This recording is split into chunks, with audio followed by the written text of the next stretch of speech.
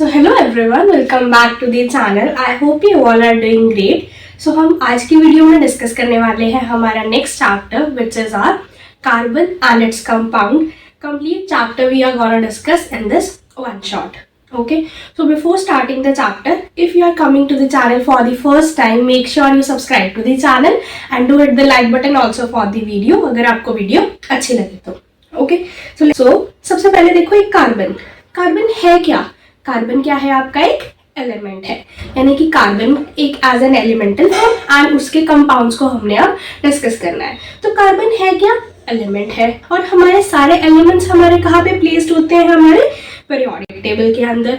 तो देखो सबसे पहले तो इसकी लोकेशन देखते हैं कि हमारे पीरियोडिक टेबल में ये कहाँ पे प्रेजेंट है. तो here it is present, this is your carbon. So इसका एटॉमिक नंबर यहाँ पे आप देख सकते हो कितना है. यहाँ पे इसका atomic number that is 6, right. इसका ग्रुप नंबर कितना है आपके पास? 14 and it's period number that is your second. तो यानी कि इसका कार्बन का एटॉमिक नंबर है आपका 6, ग्रुप नंबर है इसका 14 and it's period number that is second. तो ये तो हो गई इसकी लोकेशन कि हमारे पीरियोडिक टेबल में ये हमारा कहाँ पे प्रेजेंट है, राइट. और इसका नेचर कैसा होता है हमें पता है कि हमने पीरियोडिक टेबल को क्लासिफाई करा हुआ है metals, non metals and metalloids. तो इसका नेचर क्या आ जाता है आपका?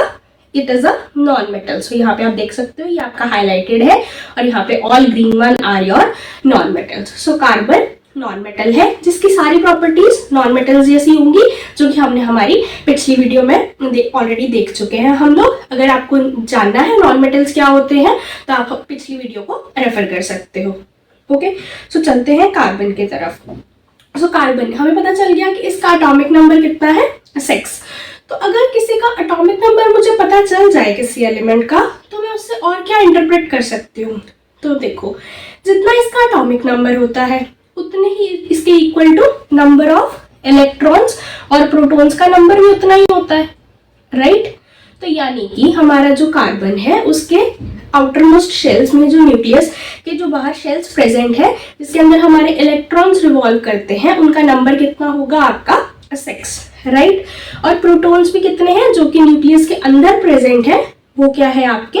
वो भी 6 नंबर है.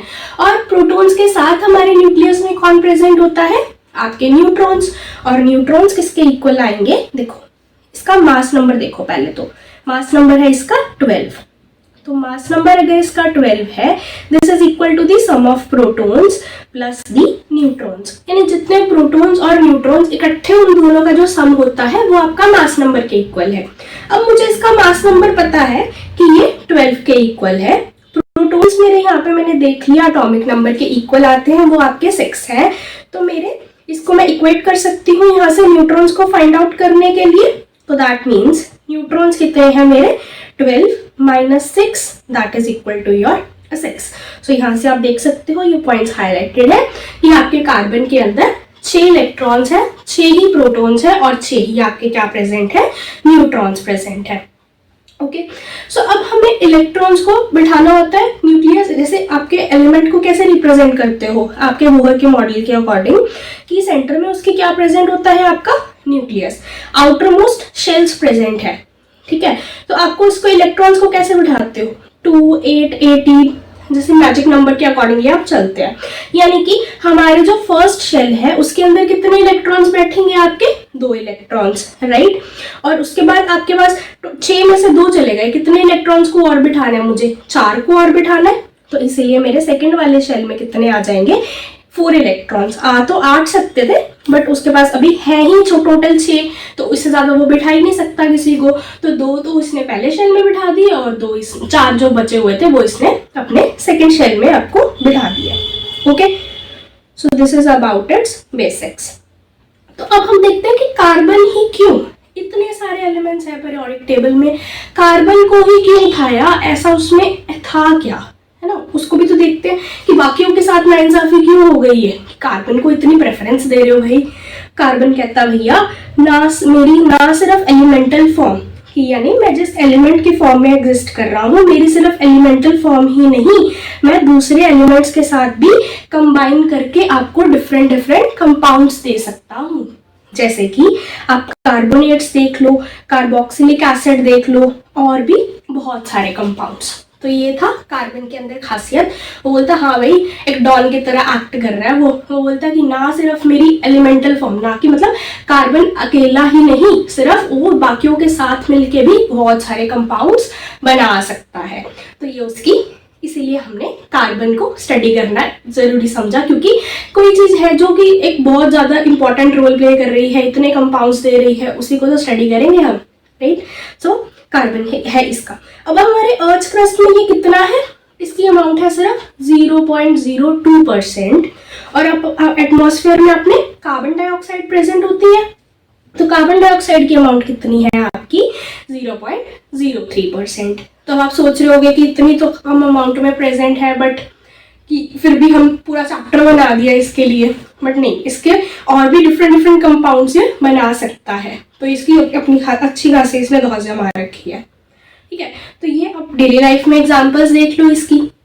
कार्बन को एज अ फ्यूल आप यूज करते हो, उसमें कोयला वगैरह जलाने में। कोयला क्या है आपका फ्यूल है, तो कोल में आपकी क्या प्रेजेंट है, कार्बन है। दूसरा है डायमंड, हीरे की अंगूठियां देखते हैं, हीरे के कितने ऑर्नामेंट्स मिलते हैं, हार्डेस्ट नॉन सब्सटेंस है ये आपका। तो डायमंड में भी क्या प्रेजेंट होता है जी, अपना कार्बन ही प्रेजेंट है, राइट। पेंसिल्स होती हैं, पेंसिल का जो लेड होता है वो भी ग्रेफाइट है आगे उसमें। ग्रेफाइट किसकी बनी हुई है, कार्बन की बनी हुई है। तो यानी कार्बन आपकी पेंसिल्स के अंदर भी प्रेजेंट है। इनफैक्ट जो पेपर्स जिसके ऊपर आप लिख भी रहे होगे वो भी कार्बन, उसके अंदर भी कार्बन का कंटेंट आपको देखने को मिलता है।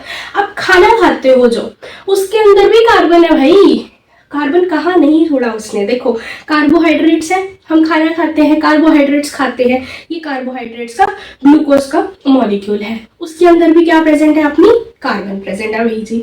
तो यानी कि डेली लाइफ में देखो कौन सी ब्रांच ऐसी दिख रही है जहाँ पे आपको कार्बन नहीं दिख रहा। तो इतना ज्यादा इंपॉर्टेंट रोल प्ले ये इसीलिए कर रहा है, ओके। सो ऐसा खासियत क्या है इसमें कि कार्बन अपने डिफरेंट कंपाउंड्स बना पा रहा है, हमारी डेली लाइफ में भी इतना ज्यादा एग्जिस्ट कर रहा है। So what is so much special about him, so let us learn at this. So carbon क्या बनाता है, एक कोवेलेंट बॉन्ड।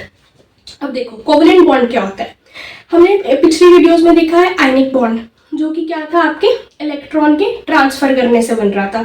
कि सोडियम क्लोराइड में देखा था, सोडियम एक इलेक्ट्रॉन को लूज करके सोडियम आयन बना रहा था, क्लोरीन उसको एक को गेन कर रहा था और वो क्लोराइड आयन बनाया था, यानी कि वो आयनिक कंपाउंड्स बना रहे थे, राइट। यानी कि वो बॉन्ड जो कि ट्रांसफर ऑफ इलेक्ट्रॉन से बनते हैं वो तो मेरा आयनिक होता है। एक दूसरे है, अब कार्बन के पास आउटर मोस्ट शेल में कितने इलेक्ट्रॉन्स है, उसके पास 4 है जी, राइट। अब क्या वो 4 को गेन कर पाएगा, अब देखो सेंटर में उसके न्यूक्लियस में प्रोटॉन्स कितने प्रेजेंट है, 6 ही प्रेजेंट है, 6 ही इलेक्ट्रॉन्स घूम रहे थे। अब मैं अगर बोलूं कि मेरे पास 4 इलेक्ट्रॉन्स और आ जाए तो भाई इसके ऊपर कितना ज्यादा चार्ज आ जाएगा, ये 6 प्रोटॉन, क्योंकि ओवरऑल कोई भी एलिमेंट न्यूट्रल रहना चाहता है ना, तो 6 प्रोटॉन पहले 6 इलेक्ट्रॉन के साथ डील कर रहे थे, अब मैं 4 और ले आई तो क्या होगा, 6 प्रोटॉन्स को अब 10 इलेक्ट्रॉन्स के साथ डील करना पड़ेगा। तो वो तो भाई उसके लिए भारी काम हो जाएगा। इतनी ज्यादा एनर्जी देके मेरे को पहले तो मैं इलेक्ट्रॉन्स को उसके अंदर डालूंगी और फिर वो चार्ज लेके इतना बैठ जाएगा कि -4 का, वो उसके अंदर 4 अपने और घुसेड़ ही नहीं पाएगा इलेक्ट्रॉन्स को, यानी कि और इलेक्ट्रॉन्स की एडिशन आप नहीं कर सकते। अब मैं अगर कहूँ कि मैं चलो 4 ऐड नहीं कर सकती, मैं 4 को जो बाहर वाले शेल में जो कि अनस्टेबिलिटी का कारण बन रहे हैं, मैं उनको रिमूव कर देती हूँ। बट कैसे करूंगी, मान लो एक इलेक्ट्रॉन को रिमूव करा, उसके ऊपर भाई पॉजिटिव चार्ज आ जाएगा।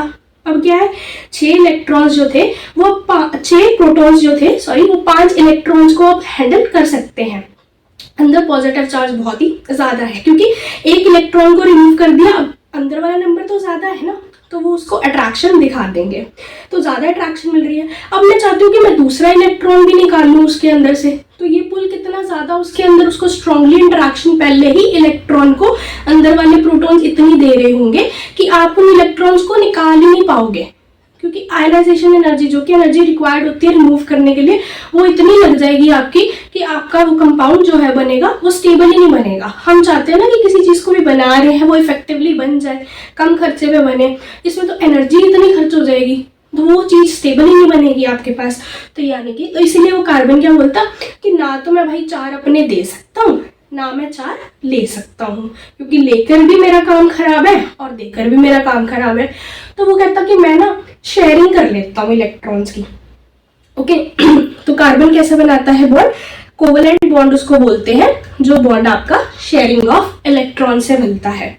तो कार्बन क्या करता है? कोवेलेंट बॉन्ड बनाता है। Since it has 4 electrons in the outermost shell, it can neither lose 4 electrons nor it can gain 4 electrons. तो शेयरिंग कैसे कर रहे हो? जैसे आप स्कूल में जाते हो, आप अपने दोस्त को बोल देते हो भाई मैं सब्जी ले आऊंगा, तू रोटी ले आई हो घर से। तो चपाती ले आया, एक बच्चे के पास सब्जी है, तो दोनों आप मिल बांट के अपना खाना खा लेते हो। तो कार्बन भी क्या करता है? अपने इलेक्ट्रॉन्स, जो कि आउटरमोस्ट शेल वाले 4 इलेक्ट्रॉन्स हैं, इनको वो शेयर करके अपने ऑक्टेट को कंप्लीट करने की ट्राई करता है। अब ये जो बॉन्ड शेयर करके वो अपने साथ वाले एलिमेंट के साथ भी, मतलब एक कार्बन दूसरे कार्बन के साथ भी बॉन्ड बना सकता है, और कार्बन दूसरे एलिमेंट्स के साथ भी शेयरिंग ऑफ इलेक्ट्रॉन्स अपनी कर सकता है। ओके सो कैसे करता है वो आप आगे वीडियो में देख लोगे। तो पहली प्रॉपर्टी जो थी उसकी, वो कोवेलेंट बॉन्ड बनाता है, यानी कि शेयरिंग ऑफ इलेक्ट्रॉन से। दूसरी प्रॉपर्टी क्या है उसके पास? कैटिनेशन। कैटिनेशन का मतलब होता है सेल्फ लिंकिंग प्रॉपर्टी। अब देखो कार्बन के पास कितने इलेक्ट्रॉन्स थे? 4। अब दूसरा कार्बन भी अगर आ जाए, उसके पास भी 4 इलेक्ट्रॉन्स प्रेजेंट होंगे। अब ये वाले 4 और ये वाले 4 दोनों मिलकर शेयरिंग करके भी अपने 8 इलेक्ट्रॉन्स को पूरा कर सकते हैं, यानी कि एक कार्बन दूसरे कार्बन के साथ भी अच्छा खासा बॉन्ड अपना बना सकती है। बट ये दूसरों के साथ भी बनाते हैं, बट ये एक कार्बन और दूसरे कार्बन के बीच में जो बॉन्ड फॉर्म होता है वो स्ट्रॉन्ग बनता है। तो ऐसे ही कितने ही कार्बन की चेन्स हम कनेक्ट कर सकते हैं, यानी एक कार्बन दूसरे से जुड़ा, दूसरा कार्बन तीसरे कार्बन से जुड़ा, ऐसी ही कितनी लंबी चेन भी आप बना सकते हो। ये प्रॉपर्टी आपको दूसरे किसी एलिमेंट में देखने को नहीं मिलती है। ओके सो इसी को बोलते हैं कैटिनेशन, यानी कि सेल्फ लिंकिंग प्रॉपर्टी। तो एक कार्बन दूसरे कार्बन के साथ अच्छा खासा बॉन्ड बना सकती है, जिसके कारण आपको लंबी लंबी चेन्स मिल सकती हैं कार्बन की, उसको कैटिनेशन बोलते हैं। ओके सो ये है, आप देख सकते हो कि 2 कार्बन के एटम्स थे, ये दोनों आपस में भी 4-4 का पूरा कर सकते हैं। अब यहाँ पे नीचे देखो, एक कार्बन ने दूसरे कार्बन के साथ बनाया, उसने नेक्स्ट कार्बन से नेक्स्ट फर्दर नेक्स्ट कार्बन से, तो कितनी लंबी चेन बना सकते। इसके आगे और भी कितने नंबर ऑफ कार्बन एटम्स भी ऐसे जुड़ सकते हैं। नेक्स्ट प्रॉपर्टी है इसकी, ये डिफरेंट एलोट्रॉपिक फॉर्म्स में एग्जिस्ट करता है, जैसे कि आपका डायमंड हो गया, ग्रेफाइट हो गया और फुलरीन्स हो गए। अब ये सारी एलोट्रॉपिक फॉर्म्स आप आगे चैप्टर में देखोगे। ओके तो ये थी कार्बन की कुछ प्रॉपर्टीज जो कि उसको खास बनाती हैं कि कार्बन ही क्यों। पहली है वो कोवेलेंट बॉन्ड बनाता है, यानी कि वो शेयरिंग ऑफ इलेक्ट्रॉन से कर रहा था, तो उसके पास कैटिनेशन की प्रॉपर्टी भी है। अगली प्रॉपर्टी आ गई, यानी कि सेल्फ लिंकिंग प्रॉपर्टी है, एक कार्बन दूसरे कार्बन के साथ अच्छा खासा बॉन्ड बना सकता है। और नेक्स्ट है वो डिफरेंट एलोट्रॉपिक फॉर्म्स में एग्जिस्ट करता है। ओके सो अब देखते हैं, हमने देखा कि कोवेलेंट बॉन्ड बनाता है, अभी तो सिर्फ हमने कार्बन का देखा कि कार्बन और कार्बन बॉन्ड बना सकते हैं, बट वो बॉन्ड बनता कैसे है उसको देखते हैं। So covalent bond formed by the sharing of electrons. So सबसे पहले है single covalent bond. Single covalent bond मतलब जिसमें एक पेयर ऑफ इलेक्ट्रॉन्स ही शेयर होता है। सबसे पहले एग्जांपल आप देखो हाइड्रोजन की, तो हाइड्रोजन है, हाइड्रोजन का एटॉमिक नंबर कितना है? 1। तो यानी कि उसके आउटर मोस्ट शेल में कितने इलेक्ट्रॉन्स होंगे? 1, राइट। सो एक इलेक्ट्रॉन है इसके पास। अब दूसरा हाइड्रोजन का एटम आता है, वो भी उसके पास भी एक ही इलेक्ट्रॉन प्रेजेंट होगा, राइट। ने सिर्फ डिफरेंट कलर उसके डिनोशन के लिए कि दोनों सेपरेट हाइड्रोजन एटम्स को दिखा रहा है, वैसे वो दोनों के पास एक एक ही इलेक्ट्रॉन की प्रेजेंस है। ओके तो अब ये क्या होगा, ये दोनों इलेक्ट्रॉन्स, ये दोनों भाई भाई बोलते हैं, कहते हैं हम दोनों ना इलेक्ट्रॉन्स की शेयरिंग कर लेते हैं ताकि अपना ना ऑक्टेट पूरा हो जाए। क्योंकि ऑक्टेट तो नहीं पूरा कर सकते, ये ड्यूप्लेट को पूरा करेंगे। कैसे? हीलियम है, हीलियम के भी आउटर मोस्ट शेल में 2 इलेक्ट्रॉन्स प्रेजेंट है, तो वो हाइड्रोजन जो है वो हीलियम के जैसे ही इलेक्ट्रॉनिक कॉन्फ़िगरेशन को गेन कर लेता है और उसके पास 2 इलेक्ट्रॉन आउटर मोस्ट शेल में अपने ले लेता है। कैसे? ये बोलते हैं 2 इलेक्ट्रॉन्स की शेयरिंग है, तो ये बोलता है 2 इलेक्ट्रॉन्स मैं भी शेयर कर लूंगा ये वाले, और ये वाला हाइड्रोजन भी शेयर कर लेगा। तो दोनों ने क्या करा, आपस में वो कर ली, दोस्ती कर ली कि हम दोनों अपने इलेक्ट्रॉन्स को शेयर कर लेते हैं। अब आप देखो शेयरिंग कितने इलेक्ट्रॉन्स की हो रही है यहाँ पे? दो इलेक्ट्रॉन्स की, यानी कि एक पेयर ऑफ इलेक्ट्रॉन्स शेयर हो रहा है, इसको क्या बोलते हैं, सिंगल कोवलेंट बॉन्ड। तो बॉन्ड बना शेयरिंग से जिसके कारण कोवलेंट आया, एक पेयर ऑफ इलेक्ट्रॉन शेयर हो रहा था तो उसको सिंगल कोवलेंट बॉन्ड। इसको आप डिनोट कैसे करते हो, एक एच है, एक डंडी बीच में लगा दी और एक दूसरा हाइड्रोजन, यानी कि एक लाइन जो डिनोट कर रही है वो उन दोनों के बीच में डिनोशन कर रही है कि एक पेयर ऑफ इलेक्ट्रॉन वहां पे प्रेजेंट है। ओके, और एग्जांपल्स देख ले, अमोनिया की है। तो अमोनिया देखो, अब अमोनिया एटॉमिक नंबर नाइट्रोजन का कितना है, 7। तो यानी कि इसकी इलेक्ट्रॉनिक कॉन्फ़िगरेशन क्या हो जाएगी, 2 और 5, यानी कि अंदर 2 इलेक्ट्रॉन बैठ जाएंगे पहले शेल में, बचे हुए 5 जो है वो आपके सेकेंड शेल में प्रेजेंट होंगे। तो आउटर मोस्ट शेल में अपने पास कितने इलेक्ट्रॉन्स हैं, 5, राइट। सो नाइट्रोजन आया, एक पेयर यहाँ दिखा देती हूँ, एक इलेक्ट्रॉन और ये वाले एक इलेक्ट्रॉन। अब ये नाइट्रोजन को कितने इलेक्ट्रॉन्स की और जरूरत है अपना ऑक्टेट पूरा करने के लिए, 3 इलेक्ट्रॉन्स की, राइट। सो ये क्या करता है, बॉन्ड बना देता है 3 हाइड्रोजन एटम्स के साथ। तो सबसे पहले एक हाइड्रोजन एटम आया, उसने अपना इलेक्ट्रॉन को शेयर करा। अब ये वाले हाइड्रोजन एटम के उसको तो 2 इलेक्ट्रॉन्स अपने भैया मिल गए। अब नाइट्रोजन के पास टोटल कितने हो गए, 1 2 3 4 5 और 6। अभी भी 2 की और जरूरत है, तो दूसरा हाइड्रोजन आता है, वो भी अपने इलेक्ट्रॉन को शेयर कर लेता है। अब ये वाले हाइड्रोजन के इसने इलेक्ट्रॉन्स को शेयर कर लिया, तो ये वाले हाइड्रोजन का काम चल गया। नाइट्रोजन के पास कितने हो गए टोटल, 7 इलेक्ट्रॉन्स अभी। तो तीसरा हाइड्रोजन भी आता है, वो कहता चलो हम बॉन्ड बना लेते हैं। तो ये वाला इसने भी अपना, हाइड्रोजन ने भी अपना काम पूरा कर लिया और सेंटर में नाइट्रोजन का काम भी पूरा हो गया। देखो कैसे, ये वाले 8 इलेक्ट्रॉन्स जो थे वो नाइट्रोजन भी क्या कर रहा है, उसके आसपास हो गए। तो टोटल 1 2 3 4 5 6 7 8 8। तो इस तरह से उसने अपना ऑक्टेट को पूरा कर लिया। ओके, सो ये भी देखो, अब नाइट्रोजन एक तो लोन पेयर प्रेजेंट है इसके पास, ये वाला जिसने किसी के साथ भी बॉन्ड नहीं बनाया, और 3 क्या है, हाइड्रोजन के साथ बॉन्ड बने हुए। तो ये सिंगल बॉन्ड की डिनोशन जो कर रहा है, यानी कि इलेक्ट्रॉन पेयर एक ही शेयर हुआ है 2 एटम्स के बीच में। ओके, सो अब अपनी नेक्स्ट एग्जांपल है अमोनिया की। तो अब अमोनिया ट्राई करो। अमोनिया CH4 को हम क्या बोलते हैं, अमोनिया है ये आपकी। ओके, सो कार्बन का एटॉमिक नंबर कितना है, 6 है। इलेक्ट्रॉनिक कॉन्फ़िगरेशन क्या आ जाएगी, 2 और 4, यानी कि आउटर मोस्ट शेल में कितने इलेक्ट्रॉन्स हैं उसके पास, 4 हैं जी। तो कार्बन आया, उसके पास 4 इलेक्ट्रॉन्स, ऐसे मैं बैठा देती हूँ। तो यानी इसको 4 इलेक्ट्रॉन्स की और जरूरत है। तो ये बॉन्ड बना रहा है अब हाइड्रोजन एटम्स के साथ। तो 4 हाइड्रोजन एटम्स के साथ बॉन्ड बना के ये अपने ऑक्टेट को कंप्लीट करने की ट्राई करता है। देखो कैसे, पहला हाइड्रोजन एटम आया, तो हाइड्रोजन बोलता है चलो एक इलेक्ट्रॉन को शेयर कर लेते हैं। तो हाइड्रोजन का तो काम यहाँ पे बन गया। ओके, इसी तरह से दूसरा हाइड्रोजन आया, उसने भी अपना बॉन्ड पूरा कर लिया, ऑक्टेट और डुप्लेट अपना पूरा कर लिया। तीसरे हाइड्रोजन ने भी यही करा। उसके बाद चौथा हाइड्रोजन आता है, वो भी अपना यही काम कर लेता है। तो अब कार्बन के आसपास देखो कितने इलेक्ट्रॉन्स हो गए, 1 2 3 4 5 6 7 और 8। तो कार्बन का भी काम यहाँ पे अपना बन गया। तो इस तरह से करते हैं ये लोग शेयरिंग ऑफ इलेक्ट्रॉन्स। तो सिंगल बॉन्ड की डिनोशन होनी है यहाँ पे भी। तो यानी ये टेट्राहेड्रल फॉर्म में ये ऐसे एग्जिस्ट करता है। तो 4 सिंगल बॉन्ड इसने बना रखे हैं। सिंगल लाइन जो डिनोट करती है वो एक पेयर ऑफ इलेक्ट्रॉन की शेयरिंग हुई है between that 2 particular atoms. Okay, so this is for your methane single covalent bond, उसके अंदर कैसे आपका बनता है। नेक्स्ट इज आपका क्लोरीन की देखनी थी हमें। तो क्लोरीन का एटॉमिक नंबर कितना होता है, 17। So chlorine has 17 atomic number. Electronic configuration क्या हो जाएगी, 2 8 और 7, क्योंकि फर्स्ट शेल में 2 इलेक्ट्रॉन्स बैठ सकते हैं, सेकंड शेल में आपके 8 इलेक्ट्रॉन्स बैठ सकते हैं। तो बचे कितने, 7 इलेक्ट्रॉन्स बचे।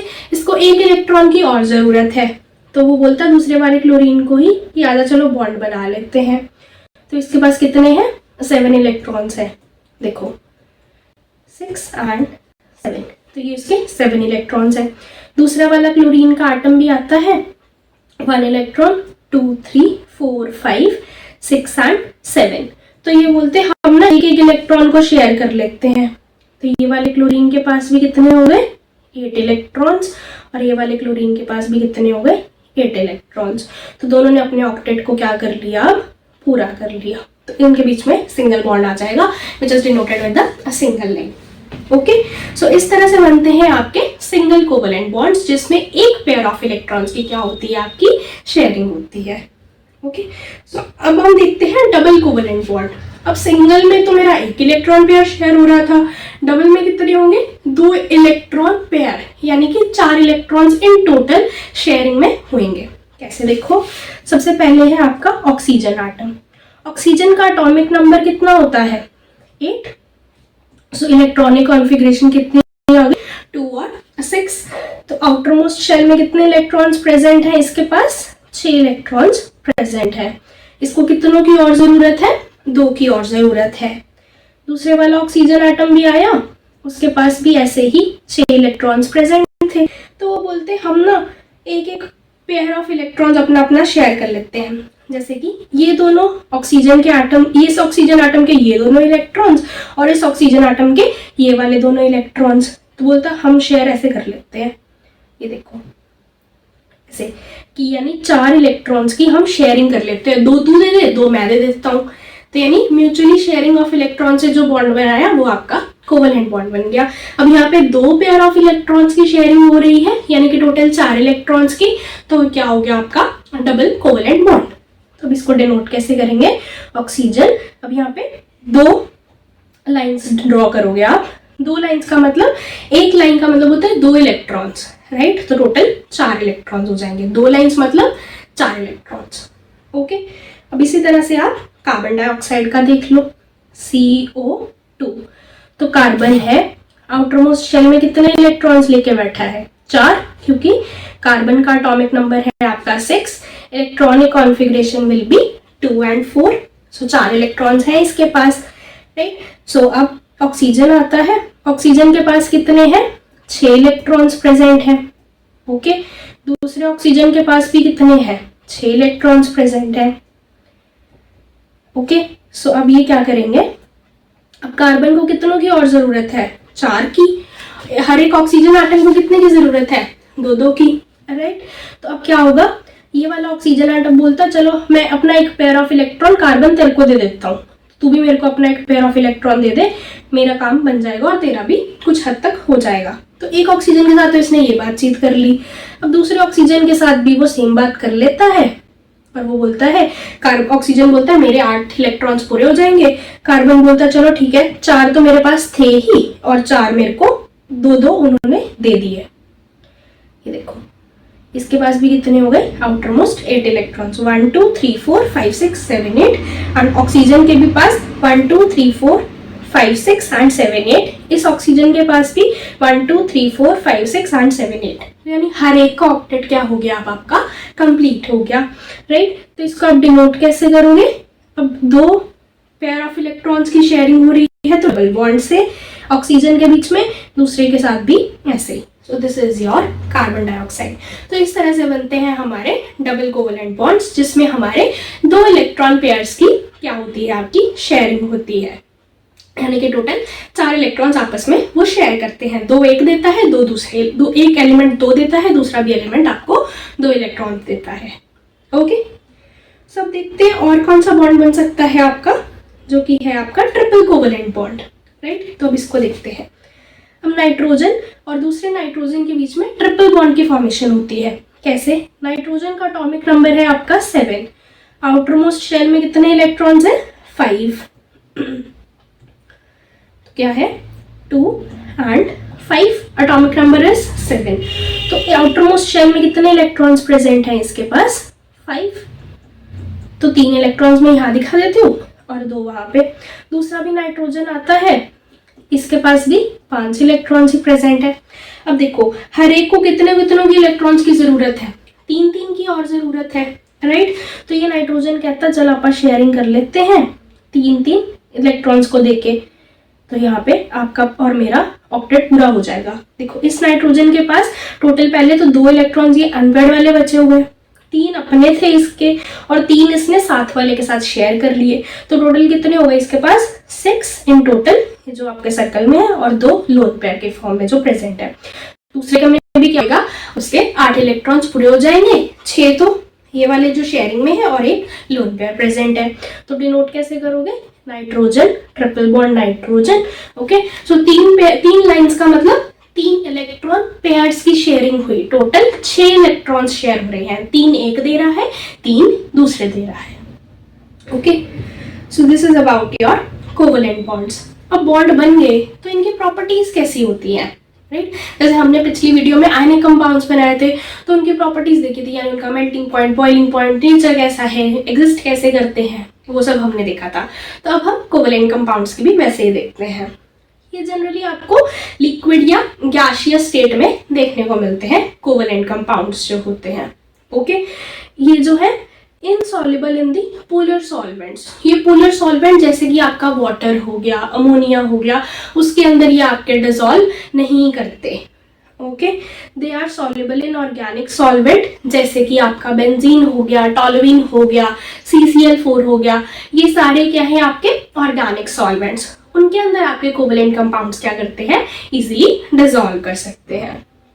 ओके, इनका मेल्टिंग पॉइंट, बॉइलिंग पॉइंट क्या होता है, जनरली इट इज लो।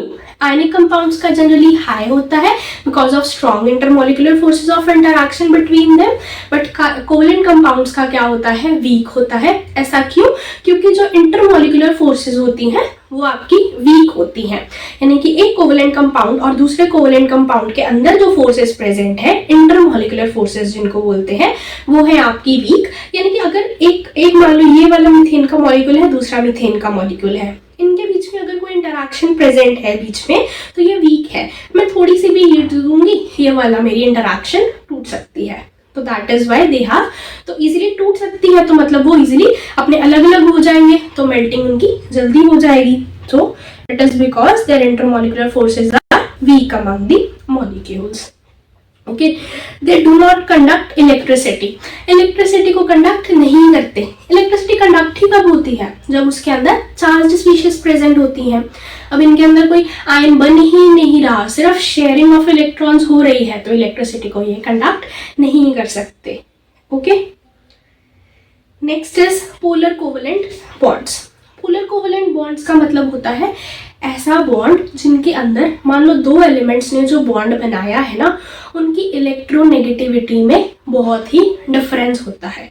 यानी कि इलेक्ट्रोनेगेटिविटी होती है जो शेयर्ड पेयर ऑफ इलेक्ट्रॉन्स है ना, मान लो ये ऑक्सीजन है, ये हाइड्रोजन है, ऑक्सीजन जो है वो हाइड्रोजन के कंपैरिजन में ज्यादा इलेक्ट्रोनेगेटिव है। इसका क्या मतलब, जो शेयर्ड पेयर ऑफ इलेक्ट्रॉन्स होते हैं ना, ये अपनी तरफ खींचता ज्यादा है उसको। ओके, और हाइड्रोजन के कंपैरिजन में ये आपका, हाइड्रोजन के पास ये इलेक्ट्रॉन्स कम रहते हैं, तो जब इलेक्ट्रॉन्स ऑक्सीजन के पास चले जाएंगे तो ऑक्सीजन के ऊपर चार्ज कैसा डेवलप हो जाएगा, आपका नेगेटिव चार्ज, राइट? क्योंकि इलेक्ट्रॉन्स को खींच रहा है, इलेक्ट्रॉन्स के ऊपर चार्ज क्या होता है, नेगेटिव, तो हाइड्रोजन के ऊपर क्या रह जाएगा फिर, आपका पॉजिटिव। तो ऐसे बॉन्ड जिनके अंदर इलेक्ट्रोनेगेटिविटी का डिफरेंस होता है, उनको बोला जाता है पोलर कोवेलेंट बॉन्ड्स। क्योंकि कोवेलेंट बॉन्ड था, शेयरिंग ऑफ इलेक्ट्रॉन से बना था, बट पोलैरिटी के अंदर यानी कि इलेक्ट्रोनेगेटिविटी में डिफरेंस के कारण चार्जेस डेवलप हो गए उसके ऊपर, क्योंकि अब पार्शियल नेगेटिव चार्ज आ गया इसके ऊपर ऑक्सीजन पे, और पार्शियल पॉजिटिव चार्ज क्या आ गया, हाइड्रोजन के ऊपर। तो ऐसे टाइप ऑफ दी बॉन्ड्स को बोला जाता है polar covalent bonds. Okay, so the bonds in which the atoms have electronegativity difference, such as आपके वाटर के अंदर और अमोनिया के अंदर भी ऑक्सीजन क्या करेगा, इलेक्ट्रॉन्स को अपनी तरफ खींच लेगा तो नेगेटिव चार्ज डेवलप कर लेगा। हाइड्रोजन पे इलेक्ट्रॉन्स की अब डेफिशिएंसी हो गई तो उस पर पॉजिटिव चार्ज आ जाएगा। कंप्लीट चार्ज नहीं आता, it is just partial charge. तो ये पार्शियल को हम डेल्टा से ऐसे डिनोट करते हैं। Same as for ammonia, ammonia के अंदर नाइट्रोजन अपनी तरफ खींच लेगा, हाइड्रोजन के ऊपर क्या आ जाएगा, आपका partial positive charge. Okay, so अब हम देखते हैं एलोट्रॉपी के बारे में। एलोट्रॉपी क्या होती है, कार्बन हमें पता है डिफरेंट एलोट्रॉपिक फॉर्म्स में एग्जिस्ट करता है, जैसे कि आपकी डायमंड हो गया, ग्रेफाइट हो गया, फलरीन्स हो गए। बट ये एलोट्रॉपिक फॉर्म्स का मतलब क्या होता है, सबसे पहले उसको जानते हैं। So existence of an element, Existence of element, that means here our element is carbon, right? In different forms that have same chemical properties but different physical properties. क्या मतलब इसका कि कार्बन आपका एक एलिमेंट है, उसकी केमिकल प्रॉपर्टीज तो same हुई, राइट? डिफरेंट फॉर्म्स में कार्बन आपको मिल रही है जिसमें आपकी केमिकल प्रॉपर्टीज तो सेम है बट फिजिकल प्रॉपर्टीज उसकी क्या है, डिफरेंट है. फिजिकल प्रॉपर्टीज का मतलब जैसे कि उसकी अरेंजमेंट्स डिफरेंट आ जाए, राइट? तो उन डिफरेंट फॉर्म्स जो आपको मिल रही हैं because of the difference in their physical properties, that is known as your allotropic forms. Okay, so carbon के डिफरेंट एलोट्रॉपिक फॉर्म्स है हमारे पास, जैसे कि डायमंड हो गया, ग्रेफाइट हो गया एंड फुलरीन्स. ये तीनों हैं जो इसकी वो क्रिस्टलाइन फॉर्म है, यानी कि जिनमें एक स्पेसिफिक अरेंजमेंट आपको एटम्स की देखने को मिलेगी, यानी कि एक पर्टिकुलर स्पेसिफिक अरेंजमेंट जिस फॉर्म में मिलती है उसको क्रिस्टलाइन फॉर्म बोला जाता है. तो these are your crystalline forms. और कुछ अमॉर्फस फॉर्म्स में होती है जिसमें कुछ उसकी स्पेसिफिक अरेंजमेंट नहीं होती, एक रैंडमली आपने एलिमेंट्स को प्लेस कर रखा है, वो होती है आपकी अमॉर्फस फॉर्म्स. ओके, तो अमॉर्फस फॉर्म्स में एग्जांपल है आपकी जैसे कोल हो गया, चारकोल हो गया, लैम्प ब्लैक हो गया, उन सभी में भी हमारा कार्बन ही है बट उसमें कार्बन की कोई स्पेसिफिक अरेंजमेंट नहीं है जिसके कारण वो अमॉर्फस फॉर्म है. हमें किस पे फोकस करना है, इसकी क्रिस्टलाइन फॉर्म्स पे, यानी कि हम डायमंड को देखेंगे, ग्रेफाइट को देखेंगे और फुलरीन्स को देखेंगे. ओके, सो सबसे पहला है आपका ग्रेफाइट. ग्रेफाइट कहाँ प्रेजेंट होता है, आपकी पेंसिल्स के अंदर प्रेजेंट है. पेंसिल को शार्प करते हैं, लेड देखते हैं आगे से निकलता है. जो लेड बना है वो किसका बना होता है, ग्रेफाइट का बना होता है. ओके, सो ग्रेफाइट के अंदर क्या प्रेजेंट होता है, हर कार्बन एटम जो है, यानी कि एक डिफरेंट अरेंजमेंट कार्बन एटम्स की, एक पर्टिकुलर अरेंजमेंट जो ग्रेफाइट में होती है उसको देखते हैं. उसमें क्या होता है, हर एक कार्बन एटम जो 100 to 3 other carbon atoms in the hexagonal array and have the layer structures. क्या मतलब, आप देखो इस सेंट्रल कार्बन एटम को उठा लो, अब आप देखो ये वाले कार्बन एटम ने कार्बन से बॉन्ड बनाया हुआ है, एक इस कार्बन से बॉन्ड बनाया हुआ है और एक इस कार्बन से, यानी कि हर एक कार्बन एटम जो है 3 कार्बन एटम्स के साथ और बॉन्ड फॉर्म करता है. ऐसे ही 3 कार्बन्स के साथ बॉन्ड फॉर्म करता करता वो एक हेक्सागोनल मतलब 6 मेंबर्ड रिंग की फॉर्मेशन कर देता है. तो यहाँ आप देख पा रहे हो ये जो बन रही है मेरी बट रिंग की फॉर्मेशन रही है, ये देखो ये 6 मेंबर आपकी रिंग बन गई. ओके, और ये ऐसे ही अरेंजमेंट उसकी चलती गई, यानी 6 मेंबर रिंग आई, दूसरी 6 मेंबर के रिंग के साथ फॉर्मेशन हो गई, फिर ऐसी तीसरी 6 मेंबर की रिंग है, ऐसी 6, ऐसे ही करते करते क्या हो गया, एक लेयर बन गई, इनकी लेयर स्ट्रक्चर बन गया, इसके अंदर हेक्सागोनल अरे मिल गया, यानी कि हेक्सागन्स की फॉर्म थी, लेयर्स बन गई. अब एक लेयर ऊपर है, दूसरी लेयर नीचे है, ऐसे ही एक ऊपर बनी हुई है, 6 कार्बन एटम्स ने हेक्सागोनल एरे बना दिया ऊपर, एक नीचे की तरफ बनी हुई है ऐसे. तो ऊपर वाली लेयर के बीच में और नीचे वाली लेयर के बीच में इंटरैक्शंस प्रेजेंट होती हैं, राइट? वो जो इंटरैक्शंस है वो वीक इंटरैक्शंस प्रेजेंट होती हैं. देखो जैसे एक लेयर मेरी ऊपर बनी हुई है, एक लेयर मेरी नीचे बनी हुई है, इनके बीच में जो ये शो कर रहा है ये वीक फोर्सेस को डिनोट कर रहा है. दीज आर योर होती है वो वीक होती हैं इनके अंदर, ग्रेफाइट के अंदर. तो ये जो वीक फोर्सेस के कारण ये जो 2 लेयर्स हमारी बनी है ये एक दूसरे के ऊपर स्लिप भी कर सकती हैं, इसीलिए ग्रेफाइट को एज लुब्रिकेंट भी यूज किया जा सकता है. बिकॉज वीक इंटरैक्शंस है, these layers they can slip over each other, right? ये दोनों वीक इंटरैक्शन है, ऐसे फिसल भी सकती है एक दूसरे के ऊपर, राइट? सो ये एक 2 डायमेंशनल स्ट्रक्चर है, वीक फोर्सेस थी तो तभी ये स्मूथ और स्लिपरी बनी. 2 डायमेंशन यानी एक मान लो 2 एक्सिस के अंदर ही हम इसकी बात कर रहे हैं, तो 2 डायमेंशन में मैं इसको रिप्रेजेंट कर पा रही हूँ. और ये क्या होंगे आपके गुड कट ऑफ इलेक्ट्रिसिटी होता है. क्यों होता है ये? क्योंकि एक लूज इलेक्ट्रॉन प्रेजेंट है. अब हर एक कार्बन एटम के आउटर मोस्ट शेल में कितने इलेक्ट्रॉन्स हैं? 4. अब एक कार्बन ने यहाँ कितनों के साथ बॉन्ड बनाया हुआ है? 3 के साथ. तो एक इलेक्ट्रॉन तो इसके पास खाली बचा हुआ है ना, तो वही इलेक्ट्रॉन उसकी कंडक्शन के लिए रिस्पॉन्सिबल हो जाता है. ओके, तो इसी के कारण हम ग्रेफाइट को उसके अंदर भी यूज करते हैं. जो इलेक्ट्रोलिसिस की प्रोसेस करवाई जाती है उसमें ग्रेफाइट को एज इलेक्ट्रोड यूज किया जा सकता है, बिकॉज इसके अंदर कैपेबिलिटी है इलेक्ट्रिसिटी को कंडक्ट करने के लिए। Okay, so this was about your graphite. Next allotropic form is our diamond. अब डायमंड में क्या होता है, अब इसमें एक एटम ग्रेफाइट में 3 कार्बन एटम्स के साथ बॉन्ड फॉर्म कर रहा था। अब इसमें एक कार्बन एटम जो है वो 4 कार्बन एटम्स के साथ बॉन्ड को फॉर्म करता है। सो 1 carbon atom is bonded with the 4 other carbon atoms forming a rigid structure.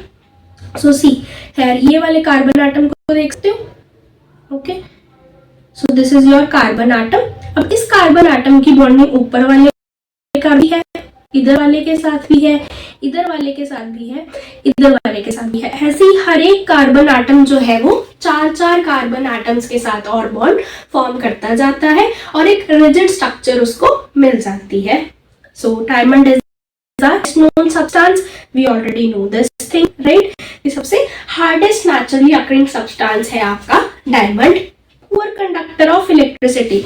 अब कार्बन के भाई आउटरमोस्ट शेल में थे ही 4 इलेक्ट्रॉन्स, उसने क्या करा, चारों इलेक्ट्रॉन्स ने 4 कार्बन एटम्स के साथ शेयरिंग कर ली, बॉन्ड बना दिया, राइट। तो कोई फ्री इलेक्ट्रॉन उसके पास बचा ही नहीं। तो जब कोई इलेक्ट्रॉन नहीं है तो इलेक्ट्रिसिटी का तो सवाल ही नहीं उठता। तो it is poor conductor of electricity and ये जो स्ट्रक्चर बनता है वो आपका 3 डायमेंशनल स्ट्रक्चर होता है, यानी कि 3 डायमेंशन यानी एक्स, वाई और जेड एक्सिस, तीनों एक्सिस में हम इसकी बात कर रहे हैं। ओके, सो ये अरेंजमेंट को क्या बोला जाता है, ये इसकी टेट्राहेड्रल अरेंजमेंट होती है। ओके, यानी कि एक कार्बन 4 कार्बन एटम से और जुड़ा हुआ है इसमें। Okay, so this was about our diamond. Next is fullerenes. Fullerenes क्या होती हैं, ये एक यानी कि एक कार्बन 6 कार्बन 3 यानी कि 60 कार्बन के अपने एक दूसरे के साथ बॉन्डिंग की होती है, बॉल बोलते हैं इसको। सो इसकी भी अरेंजमेंट कैसी है, 3 डायमेंशनल है, बॉल लाइक स्ट्रक्चर है, अंदर से बॉल से कार्बन एटम्स ने बॉन्ड की फॉर्मेशन हुई। ये जो है dark solid at the room temperature के अंदर, टेम्परेचर में डार्क सॉलिड के फॉर्म होता है। ना ही तो ये ज्यादा हार्ड है, ना ही ज्यादा ये बिल्कुल ही सॉफ्ट है। ओके, इसके अंदर है, ये देखो, इसमें देख सकते हैं मतलब इसमें आप देख सकते हो कि हेक्सागोनल रिंग्स भी दिख रही होंगी और आपको रिंग्स भी दिख रही हैं इसके अंदर। ये चेंबर की रिंग्स भी हमें 5 में प्रेजेंट होंगी। Okay, so this is your fluorines, 60 carbon atoms इसमें होते हैं। Next is about the catenation. हमने पहले भी देखा कैटिनेशन क्या होती है, आपकी सेल्फ लिंकिंग प्रॉपर्टी, यानी कि एक कार्बन एटम दूसरे कार्बन एटम के साथ बॉन्ड बना सकता है और ऐसे करते करते इनकी लंबी चेन्स तक एग्जिस्ट कर सकती है, right. So ability of the carbon atoms to form bond with the other one atom is called as the catenation and this give rise to large molecules. देख रहे हो यहाँ पे ये कार्बन की कितनी लंबी चेन बनी हुई है, ऐसे बहुत सारे कार्बन एटम्स भी इसके साथ जुड़ सकते हैं। ओके, सो बॉन्ड जो है कार्बन कार्बन के बीच में ये आपका सिंगल बॉन्ड भी हो सकता है, यानी एक इलेक्ट्रॉन पेयर की शेयरिंग भी हो सकती है, उसमें 2 इलेक्ट्रॉन पेयर की शेयरिंग करके वो डबल बॉन्ड भी बना सकते हैं और ट्रिपल बॉन्ड भी वो बना सकते हैं, यानी कि 3 इलेक्ट्रॉन पेयर्स की जिसमें आपकी शेयरिंग होती है। ओके, तो यही खासियत है कार्बन की मेनली कि वो कैटिनेशन प्रॉपर्टी दिखा सकता है और कोई एलिमेंट ऐसी प्रॉपर्टी को शो नहीं करता कैटिनेशन की, यानी कि self linking property. Similar atoms अपने कंबाइन करते करते लंबी चेन्स बना देते हैं और ये ब्रांच तो इतना ज्यादा इसने हेल्प कर दिया कि हमने एक केमिस्ट्री के अंदर एक अलग सी इसकी ब्रांच ही बना दी है, जिसको आप क्या बोलते हो, ऑर्गेनिक केमिस्ट्री, जिसके अंदर हम मेनली कार्बन के ही कंपाउंड्स को स्टडी किया जाता है। कार्बन एक दूसरे कार्बन के साथ भी बॉन्ड बना रहा है, कार्बन दूसरे एलिमेंट्स के साथ भी बॉन्ड फॉर्म कर रहा है, जिसको हम एक अलग ब्रांच में स्टडी किया जाता है, जिसको ऑर्गेनिक केमिस्ट्री बोलते हैं। ओके, सो कार्बन के इतने ज्यादा लार्ज ऑर्गेनिक कंपाउंड्स आपको देखने को क्यों मिल रहे हैं, क्योंकि उसने प्रॉपर्टी दिखाई, स्ट्रॉन्ग और स्टेबल बॉन्ड्स बने, एक कार्बन और दूसरे कार्बन के बीच में बहुत ही अच्छा बॉन्ड बन रहा था, बॉन्ड जो थे वो आपके सिंगल, डबल, ट्रिपल कोई भी हो सकता है।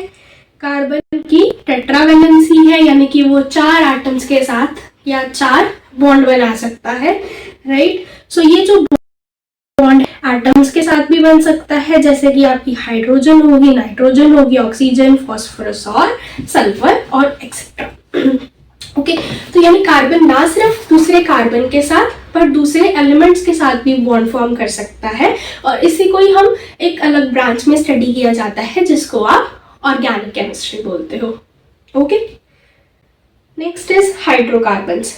अब डिफरेंस है ऑर्गेनिक केमिस्ट्री के अंदर और हाइड्रोकार्बन्स के अंदर। ऑर्गेनिक केमिस्ट्री में तो कार्बन का हमने बॉन्ड डिफरेंट एलिमेंट्स के साथ देखा, B it your hydrogen, phosphorus, sulphur, nitrogen, यानी कोई भी और एलिमेंट आ जाता है। बट हाइड्रोकार्बन में क्या होता है, नाम ही देखो उसका, हाइड्रोकार्बन, 2 वर्ड से मिला। Hydro means the hydrogen and carbon means the carbon atom, यानी कि ऐसे कंपाउंड्स जिनके अंदर सिर्फ हम हाइड्रोजन और कार्बन का ही बॉन्ड देखते हैं उनको क्या बोलते हैं हम, hydrocarbons. Okay, I hope the difference between organic chemistry and hydrocarbon is clear to you. Okay, so अब हमें फोकस करना है किस पे, हाइड्रोकार्बन के ऊपर ही। ऑर्गेनिक केमिस्ट्री कंप्लीट आप हायर क्लासेस में इसको देखोगे। Okay, so hydrocarbons are the compound which contain carbon and the hydrogen atoms. ठीक है, तो हाइड्रोकार्बन क्लासिफाई कर सकते हैं एज एलिफेटिक एंड साइक्लिक। अब एलिफेटिक क्या होते हैं, साइक्लिक क्या होते हैं? साइक्लिक से तो आप थोड़ा बहुत अंदाजा लगा सकते हो कि साइक्लिक स्ट्रक्चर बन रहा होगा, रिंग लाइक स्ट्रक्चर बन रहा होगा। एलिफेटिक का मतलब होता है चेन्स की फॉर्मेशन हो रही है, कोई रिंग नहीं बन रही उसके अंदर। ओके, एलिफेटिक जो यानी चेन्स बन रही है उसको हम फर्दर क्लासिफाई कर सकते हैं एज सैचुरेटेड एंड अनसैचुरेटेड। अब ये क्या होते हैं अभी बताती हूँ थोड़ी देर में। जो सैचुरेटेड हाइड्रोकार्बन्स होते हैं उनको ही आप एल्केन्स बोलते हो। जो अनसैचुरेटेड है क्लासिफाई किए गए हैं as alkenes and alkynes. And your cyclic वाले वो साइक्लिक एल्केन्स और एल्कीन्स की फॉर्मेशन। तो ये एक ब्रॉड सी क्लासिफिकेशन मैंने आपको शो कर दी है जो हमें अभी देखनी है। तो 1 बाय 1 हम इन दोनों को देखते हैं। एलिफेटिक क्या होते हैं, एल्केन्स क्या होते हैं, फर्दर उनकी क्लासिफिकेशन भी देख लेते हैं। ओके, तो सबसे पहले है आपके पास एलिफेटिक हाइड्रोकार्बन्स, यानी कि वो हाइड्रोकार्बन ऐसे हाइड्रोजन और कार्बन के कंपाउंड्स जिनके अंदर सिर्फ चेन्स प्रेजेंट होती हैं, कोई रिंग की फॉर्मेशन नहीं होती। एलिफेटिक का मतलब ये होता है। अब सैचुरेटेड का मतलब जिनके अंदर सिंगल बॉन्ड प्रेजेंट होता है, यानी कि कार्बन कार्बन के अंदर सिंगल बॉन्ड प्रेजेंट होता है, उसको आप सैचुरेटेड हाइड्रोकार्बन बोलते हो। बाकी वैलेंसीज इसकी कंप्लीट आप दूसरे एलिमेंट्स कर सकते हैं, जैसे कि हाइड्रोजन है तो CH3 लगा दिया, बट एक कार्बन और दूसरे कार्बन के जो बॉन्ड प्रेजेंट है वो आपका सिंगल बॉन्ड प्रेजेंट है, उसको बोलते हैं हम सैचुरेटेड हाइड्रोकार्बन्स। ओके, और अनसैचुरेटेड का मतलब जिसके अंदर एक से ज्यादा बॉन्ड प्रेजेंट होते हैं, जैसे कि डबल बॉन्ड हो गया या आपका ट्रिपल बॉन्ड हो गया। तो डबल बॉन्ड जिनके अंदर प्रेजेंट होता है उनको आप एल्कीन बोलते हो, यानी कि कार्बन और दूसरे कार्बन आपके डबल बॉन्ड है एल्कीन्स में। और एल्काइन्स में क्या होता है, एक और दूसरे कार्बन के बीच में 3 बॉन्ड्स प्रेजेंट होते हैं, यानी कि एलिफेटिक आया सिर्फ चेन वाले कंपाउंड्स थे, उसको क्लासिफाई कर सकते हो एज सैचुरेटेड और अनसैचुरेटेड। सैचुरेटेड का मतलब जिसमें सिर्फ सिंगल बॉन्ड ही प्रेजेंट होता है, उनको बोला जाता है एज एल्केन्स। और अनसैचुरेटेड का मतलब एक से ज्यादा बॉन्ड प्रेजेंट है कार्बन और दूसरे कार्बन के बीच में। डबल बॉन्ड भी हो सकता है, ये आपका ट्रिपल बॉन्ड भी हो सकता है। जो डबल बॉन्ड वाले हैं उनको हम बोलते हैं एल्कीन्स, और ट्रिपल बॉन्ड वालों को बोला जाता है एज एल्काइन्स। एग्जाम्पल देखो, ये है आपका इथेन। अब इथेन कैसे आया, अभी के लिए आप फोकस करो एल्केन। एक कार्बन और दूसरे कार्बन के बीच में आपका सिंगल बॉन्ड है, तो ये एक एल्केन है। ये है दूसरा ENE पीछे है, जिसमें प्रेजेंट कार्बन और दूसरे कार्बन के बीच में डबल बॉन्ड है, तो ये है आपकी एल्कीन। और एल्काइन में 3 बॉन्ड आ जाए एक कार्बन और दूसरे कार्बन के बीच में, ये है आपका ethyl. Okay, so this is about the classification of your aliphatic hydrocarbons, alkane, alkene, alkyne. I hope the difference is clear. alkanes में single bond कार्बन कार्बन के बीच में, alkenes में double bond और alkynes में triple bond है. Okay, अब है cyclic hydrocarbon, cyclic alkanes, यानी कि alkanes है मतलब single bond present है, right? So cyclic alkane में क्या प्रेजेंट है, सिंगल बॉन्ड आपकी रिंग के अंदर प्रेजेंट होता है, उसको क्या बोला जाता है आज साइक्लिक एल्केन्स. ओके, और एरीन्स क्या होता है, जब रिंग में ही आपकी डबल बॉन्ड आ जाती है. तो साइक्लिक हाइड्रोकार्बन्स को हमने क्लासिफाई किया हुआ है एज साइक्लिक एल्केन्स. एल्केन का मतलब सिंगल बॉन्ड रिंग में ही प्रेजेंट है, साइक्लिक एल्केन मतलब रिंग में सिंगल बॉन्ड ही प्रेजेंट. एरीन्स में क्या होता है, डबल बॉन्ड ही प्रेजेंट हो जाना, ट्रिपल बॉन्ड रिंग में बन नहीं सकता. ओके, तो डबल बॉन्ड जब प्रेजेंट होगा उसको बोल दोगे आप एरीन्स, रिंग के अंदर जब वो प्रेजेंट है. ओके, सो अब हम देखते हैं हमारे सैचुरेटेड हाइड्रोकार्बन्स क्या होते हैं. तो सैचुरेटेड हाइड्रोकार्बन्स को ही हम क्या बोलते हैं, आपके ये एल्केन्स हैं, यानी कि ऐसे एलिफेटिक हाइड्रोकार्बन्स जिनके अंदर कार्बन कार्बन के अंदर हमारा सिंगल बॉन्ड प्रेजेंट होता है, उनको क्या बोलते हैं हम, सैचुरेटेड हाइड्रोकार्बन्स, या उनको ही नाम दिया जाता है आपके एल्केन्स का. तो it contains your single bond. अब ये क्या है, सैचुरेटेड है, यानी इनका सैचुरेशन पॉइंट आ चुका है. अब ये फर्दर किसी के साथ रिएक्शंस नहीं दिखाते, सो दे आर केमिकली अनरिएक्टिव, मतलब कम रिएक्शन इनकी देखने को मिलती है, इनर्ट ही बिहेव करते हैं, सो दे आर केमिकली अनरिएक्टिव. अब इनका जनरल फॉर्मूला होता है आपका CnH2n+2. यहाँ पे n क्या है, n कोई भी एक नंबर है, जैसे कि 1 2 3 एंड सो ऑन, ऐसे आपका नंबर चलता रहता है. तो मान लो मैं n की वैल्यू को 1 लेके चलती हूँ पहले, तो क्या बन जाएगा, C1 हो जाएगा. H2n यानी 2 into the 1 plus 2, so the formula will become your CH4, right. तो ये आपका केमिकल फॉर्मूला उसका बन गया, मॉलिक्यूलर फॉर्मूला जो है वो ये वाला इसका बन जाएगा. ओके, तो यही है पहले वाला CH4. अब हम इसको ड्रॉ कैसे करते हैं, तो एक सेंट्रल एटम कार्बन है, उसके आसपास कितने हाइड्रोजन प्रेजेंट है, 4 हाइड्रोजन एटम्स की प्रेजेंस है उसके साइड पे. और इसको जब नंबर ऑफ कार्बन एटम्स 1 है, ये उसका स्ट्रक्चर है. इसको कंडेंस्ड फॉर्मूला की फॉर्म में मैं अगर लिख दूं तो कैसे बन जाएगा वो CH4. इसका मॉलिक्यूलर फॉर्मूला भी क्या है आपका, CH4 ही है. और इसको बोलते क्या है, इसको बोलते हैं मीथेन. इसको बोला जाता है आपका मीथेन है ये. अब मैं मीथेन कैसे बोल रही हूँ, थोड़ी देर में जब मैं आपको नॉमेनक्लेचर सिखाऊंगी मैं आपको तब इसको बता दूंगी. ओके, अब हम n की वैल्यू को अगर इंक्रीज कर लेते हैं, मान लो कि मैंने n की वैल्यू को अब 2 ले लिया, तो क्या फॉर्मूला बन जाएगा मेरा. तो अब देखते हैं यहाँ पे, तो अब देखो, जब मेरी n की वैल्यू 2 हो गई तो C2H 2 into the 2 plus 2, right? So it will become 2 into 2 is 4, 4 plus 2 is 6. तो क्या बन जाएगा आपका C2H6 आपका फॉर्मूला बन जाएगा. यही मॉलिक्यूलर फॉर्मूला यहाँ पे शो भी करा हुआ है. अब इसको ड्रॉ कैसे करेंगे, अब कार्बन और दूसरे कार्बन के बीच में कैसे बॉन्ड है, सिंगल बॉन्ड प्रेजेंट है, राइट. अब हाइड्रोजन्स कितनी प्रेजेंट है यहाँ पे, 6 है टोटल. तो हर एक कार्बन के पास कितनी कितनी आ जाएंगी, 3, क्योंकि हर कार्बन आटम ने अपने 4 बॉन्ड्स को कंप्लीट करना है, क्योंकि वो टेट्रावेलेंसी दिखाता है.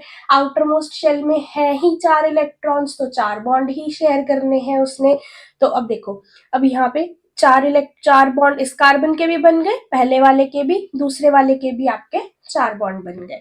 तो अगर आपको इसका कंडेंस्ड फॉर्मूला लिखना है, उसमें सिर्फ आप कार्बन और कार्बन के बीच की बॉन्डिंग दिखा दो, यानी C के बीच में बॉन्ड है, सो जो H है उनके बीच में ये एक्सपेंशन नहीं दिखा के हम डायरेक्टली उसमें लिख देते हैं कि H3 एटम्स इसके साथ हाइड्रोजन के इसके साथ अटैच्ड है. ओके, सो इसको बोलते क्या है, इसको बोलते हैं इथेन. जब n की वैल्यू 2 हो जाए तो ये जो सीरीज में आपका जो सेकेंड मेंबर है ये आपका बन जाता है इथेन. अब मैं अगेन बोल रही हूँ, जब मैं इसको नॉमेनक्लेचर को समझाऊंगी आपको, तो आपको नाम वहां से क्लियर हो जाएगा कि मैंने इसको इथेन क्यों बोला. ओके, अगला है, अगर आपने n की वैल्यू को 3 कर दिया तो क्या बन जाएगा, C3 और H 2 इंटू दी 3 प्लस 2 बन जाएगा, तो it will become C3H8, right. So इसको बोला जाता है प्रोपेन। इसको भी अगेन बनाओगे कैसे, 3 कार्बन एटम्स है उनको ड्रॉ कर लो पहले। अब हर एक कार्बन की वैलेंसी कितनी होनी है, 4 4, तो उस बेसिस पे हाइड्रोजन एटम्स की एडजस्टमेंट कर दो।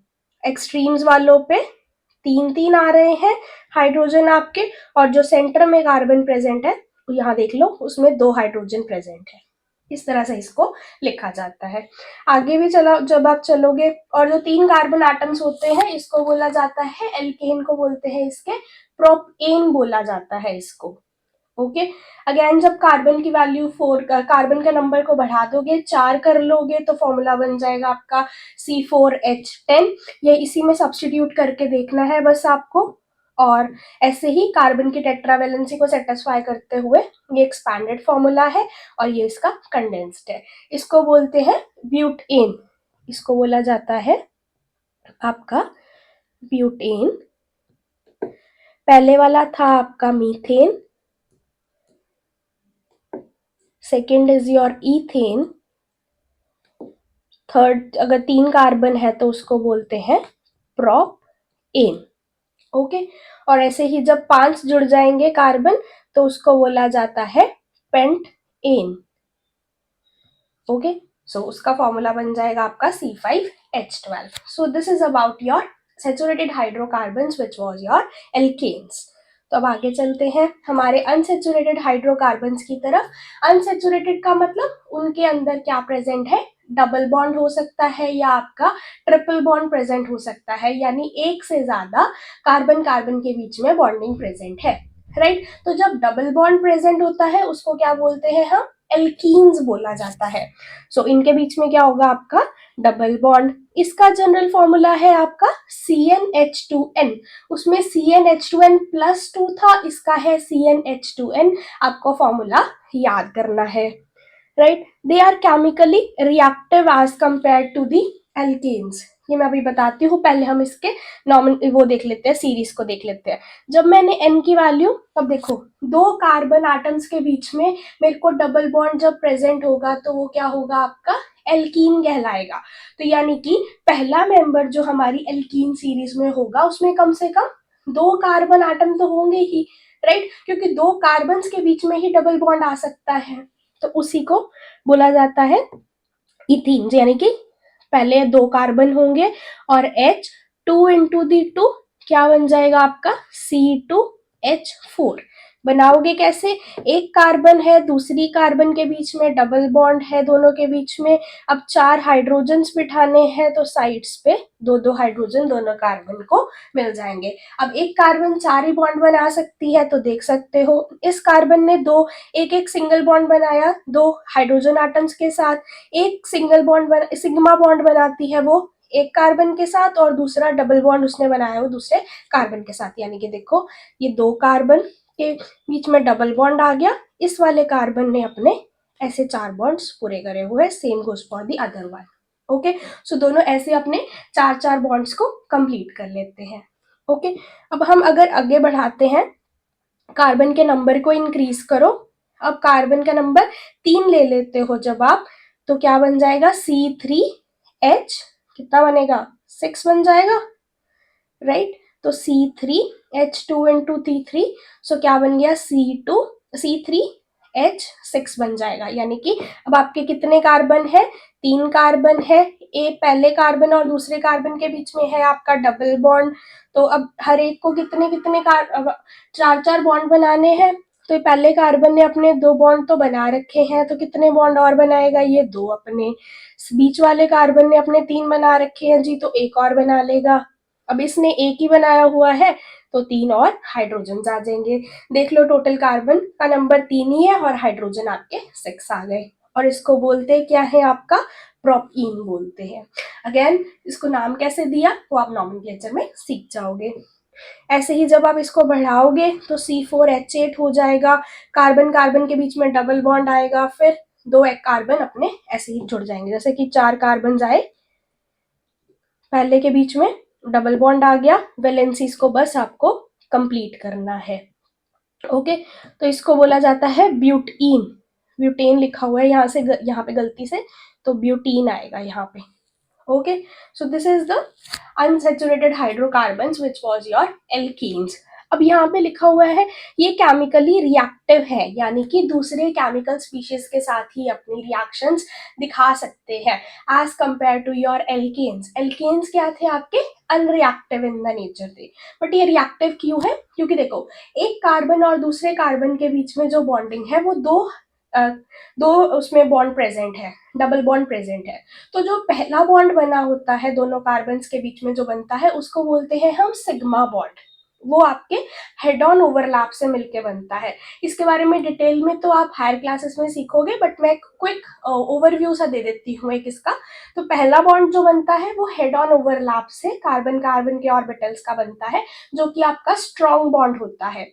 और जो सेकेंड बॉन्ड बनता है वो आपका पाई बॉन्ड बनता है, जो कि साइड वाइज ओवरलैप से बनता है दोनों कार्बन एटम के ऑर्बिटल्स का। और वो जो बॉन्ड होता है वो कंपैरेटिवली वीक होता है as compare to your sigma bond. अब हमारे एल्केन्स में तो सिर्फ सिंगल बॉन्ड ही प्रेजेंट था, तो यानी उसमें सिर्फ सिग्मा बॉन्ड प्रेजेंट था। बट इसके अंदर क्या है? सिग्मा के साथ साथ वीक बॉन्ड भी प्रेजेंट है। तो वही वीक बॉन्ड आपका कारण बन जाते हैं इनको रिएक्टिव बनाने के लिए, यानी कि दूसरी केमिकल स्पीशीज के साथ ही अपनी रिएक्शंस को दिखा सकते हैं। Okay, so this was about our alkenes.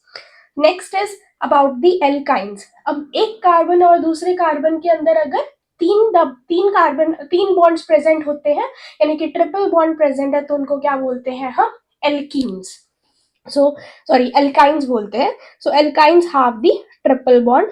एक कार्बन और दूसरी कार्बन के बीच में तीन तीन बॉन्ड प्रेजेंट है। सो दे आर केमिकली रिएक्टिव। पता ही है, क्योंकि पहला बॉन्ड तो सिग्मा बन गया, उसके बाद जो भी बॉन्ड्स और बन रहे हैं दो कार्बन एटम्स के बीच में, वो आपके पाई बॉन्ड्स हैं। और पाई बॉन्ड्स आपके वीक होते हैं और वो रिएक्शंस दिखा सकते हैं। ओके, अब इसमें दो दो पाई बॉन्ड्स है और एक सिग्मा बॉन्ड है, तो ये उसको रिएक्टिव बना देता है। नेक्स्ट इज इनका general formula. Again you have to remember this, it is your CnH2n-2। अब यहाँ पे भी n की वैल्यू क्या होगी? मिनिमम वैल्यू 2 होगी, क्योंकि दो कार्बन एटम्स के बीच में हमें ट्रिपल बॉन्ड कम से कम तो चाहिए, यानी कि दो कार्बन एटम्स के बीच में ट्रिपल बॉन्ड बन सकता है।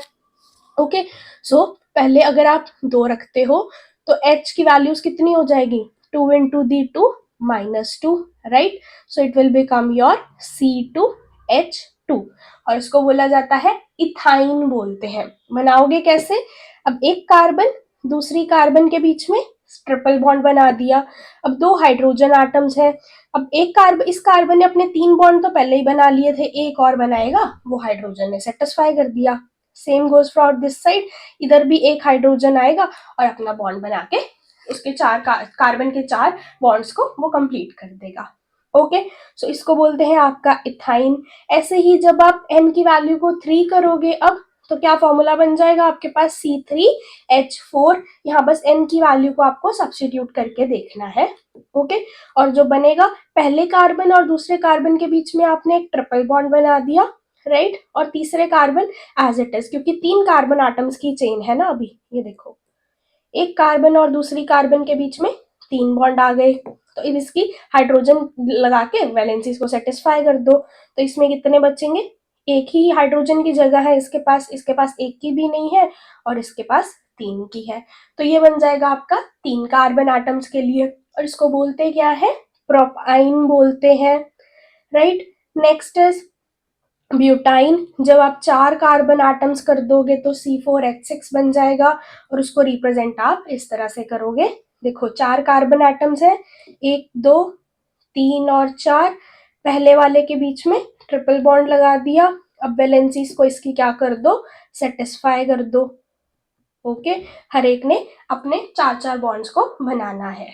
Okay, so this was about your butyne, and with this was your alkynes. Okay, moving on further. अब आप इसको याद कैसे कर सकते हो कि कौन सा एल्केन है, कौन सा एल्कीन है और कौन सा एल्काइन है? उसके लिए एक छोटी सी ट्रिक है आपके लिए। देखो, एल्केन्स में क्या होता है, आपका लास्ट में वर्ड यूज किया जाता है एन, यानी कि AN ई यूज करते हैं, राइट। एल्कीन्स में क्या यूज किया जाता है, हमारा ई, राइट। और एल्काइंस में क्या यूज किया जाता है आपका YNE।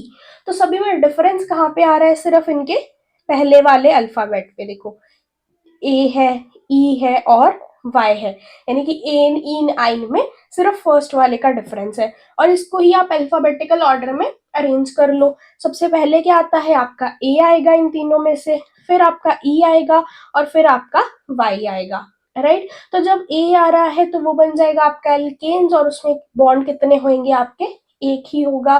फिर जो सेकंड नंबर पे आ रहा है इन वाला, उसके अंदर क्या बन जाएगा आपका डबल बॉन्ड। और वाई वाले वाइन में क्या बन जाएगा आपका ट्रिपल बॉन्ड की फॉर्मेशन हो जाएगी। ओके, तो इस तरह से आप इनको याद रख सकते हो। ओके, तो अब है आपके साइक्लिक हाइड्रोकार्बन्स। साइक्लिक का मतलब उनके अंदर रिंग्स प्रेजेंट है। इनको आप फर्दर क्लासिफाई कैसे कर सकते हो, एज साइक्लो एल्केन्स, और दूसरे हैं आपके एरीन्स। साइक्लो एल्केन्स क्या मतलब, साइक्लिक रिंग है, और एल्केन का मतलब कार्बन कार्बन के अंदर सिंगल बॉन्ड प्रेजेंट है अब हमारा, राइट। तो साइक्लिक हाइड्रोकार्बन्स जिनके अंदर आपका सिंगल बॉन्ड प्रेजेंट होता है उनको बोलते हैं हम साइक्लो एल्केन्स। अब रिंग मेरी कितने भी मेंबर की हो सकती है, राइट। तो अगर मेरी 5 मेंबर की रिंग है तो उसको बोलते हैं हम साइक्लो पेंटेन। अब ये भी कार्बन को ही डिनोट करने का तरीका है कि बॉन्डिंग सिर्फ हमने शो कर दी, यहाँ पे क्या मतलब है, ये जो पोजीशंस है यहाँ पे आपका कार्बन ही प्रेजेंट है। साथ में इसकी वैलेंसीज तो कार्बन की साथ हाइड्रोजन की आप सेटिस्फाई कर ही लोगे। तो 5 मेंबर की रिंग को बोलते हैं हम साइक्लोपेंटेन। यही अगर आपकी अब 1 2 3 4 5 6 मेंबर की रिंग आ जाए उसको क्या बोलोगे आप, साइक्लोहेक्सेन। और यहाँ पे कितने हैं, 1 2 3 4 5 6 और 7 मेंबर की रिंग है तो इसको क्या बोलोगे आप, साइक्लोहेप्टेन, क्योंकि साइक्लिक रिंग है cycloheptane. Okay, so this is the cyclic hydrocarbons, basically cycloalkanes. अब एरीन्स क्या होता है, जब साइक्लिक हाइड्रोकार्बन्स में क्या आ जाए आपका डबल बॉन्ड आ जाए उसको क्या बोलोगे आप, एरीन्स बोलते हैं। आपके सिलेबस में बस एक ही है जिसको क्या बोला जाता है, बेंजीन। इसमें क्या है आपके अल्टरनेट पोजीशन पर डबल सिंगल बॉन्ड्स प्रेजेंट है। ये जो पोजीशंस है यहाँ पे भी आपकी कार्बन ही प्रेजेंट है। इसका फॉर्मूला बन जाता है आपका C6H6। यहाँ हाइड्रोजन लगा लेना, हर एक की वैलेंसी 4 पूरी करनी है आपको। हर एक कार्बन के साथ एक एक ही हाइड्रोजन आपकी जुड़ेगी, क्योंकि 3 बॉन्ड तो वो पहले ही बना के बैठी हुई है, एक बस हाइड्रोजन की उसके पास डेफिशिएंसी थी। ओके, सो अब है अगला टॉपिक है आपका आइसोमेरिज्म। अब आइसोमर्स क्या होते हैं, ऐसे कंपाउंड जिनका मॉलिक्यूलर फॉर्मूला तो सेम हो बट उनका स्ट्रक्चरल फॉर्मूला डिफरेंट होता है, ऐसों को बोलते हैं हम स्ट्रक्चरल आइसोमर्स। यानी कि मॉलिक्यूलर फॉर्मूला तो सेम है बट सिर्फ इनके स्ट्रक्चर्स क्या है आपके डिफरेंट है। एग्जाम्पल के थ्रू समझते हैं। पहला है आपके पास ब्यूटेन। तो ब्यूटेन का मॉलिक्यूलर फॉर्मूला है आपका C4H10। तो इसमें हम स्ट्रक्चर्स कैसे बना सकते हैं उसको देखते हैं। तो अब मेरे पास यहाँ पे 4 कार्बन है, तो पहली पॉसिबिलिटी है मैं चारों को स्ट्रेट चेन में रख देती हूँ, सिर्फ कार्बन की वैलेंसीज को सेटिस्फाई कर दो। क्या बन जाएगा यहाँ पे, ये बन गया आपका ब्यूटेन। इसको बोला जाता है नॉर्मल ब्यूटेन, नॉर्मल ब्यूटेन बोलोगे इसको। अब दूसरी पॉसिबिलिटी क्या है कि मैं मॉलिक्यूलर फॉर्मूला तो C4H10 ही रखती हूँ, यानी मेरे स्ट्रक्चर में 4 ही कार्बन और 10 ही हाइड्रोजन होंगे, बट मैं उसकी स्ट्रक्चर को डिफरेंट कर देती हूँ। कैसे, मैं अब पहले तो मैंने स्ट्रेट चेन बनाया है, अब मैं इसकी ब्रांचिंग कर देती हूँ और साथ में हाइड्रोजन को क्या कर देती हूँ, सेटिस्फाई। तो इसके 3 है और देखो अब दोनों में क्या है, 4 ही कार्बन एटम्स है, ये डिफरेंट है दोनों में 4 ही कार्बन एटम्स है। और हाइड्रोजन का नंबर भी काउंट कर सकते हो, 3 + 2 5, 5 + 2 7, 7 + 3 इज योर 10।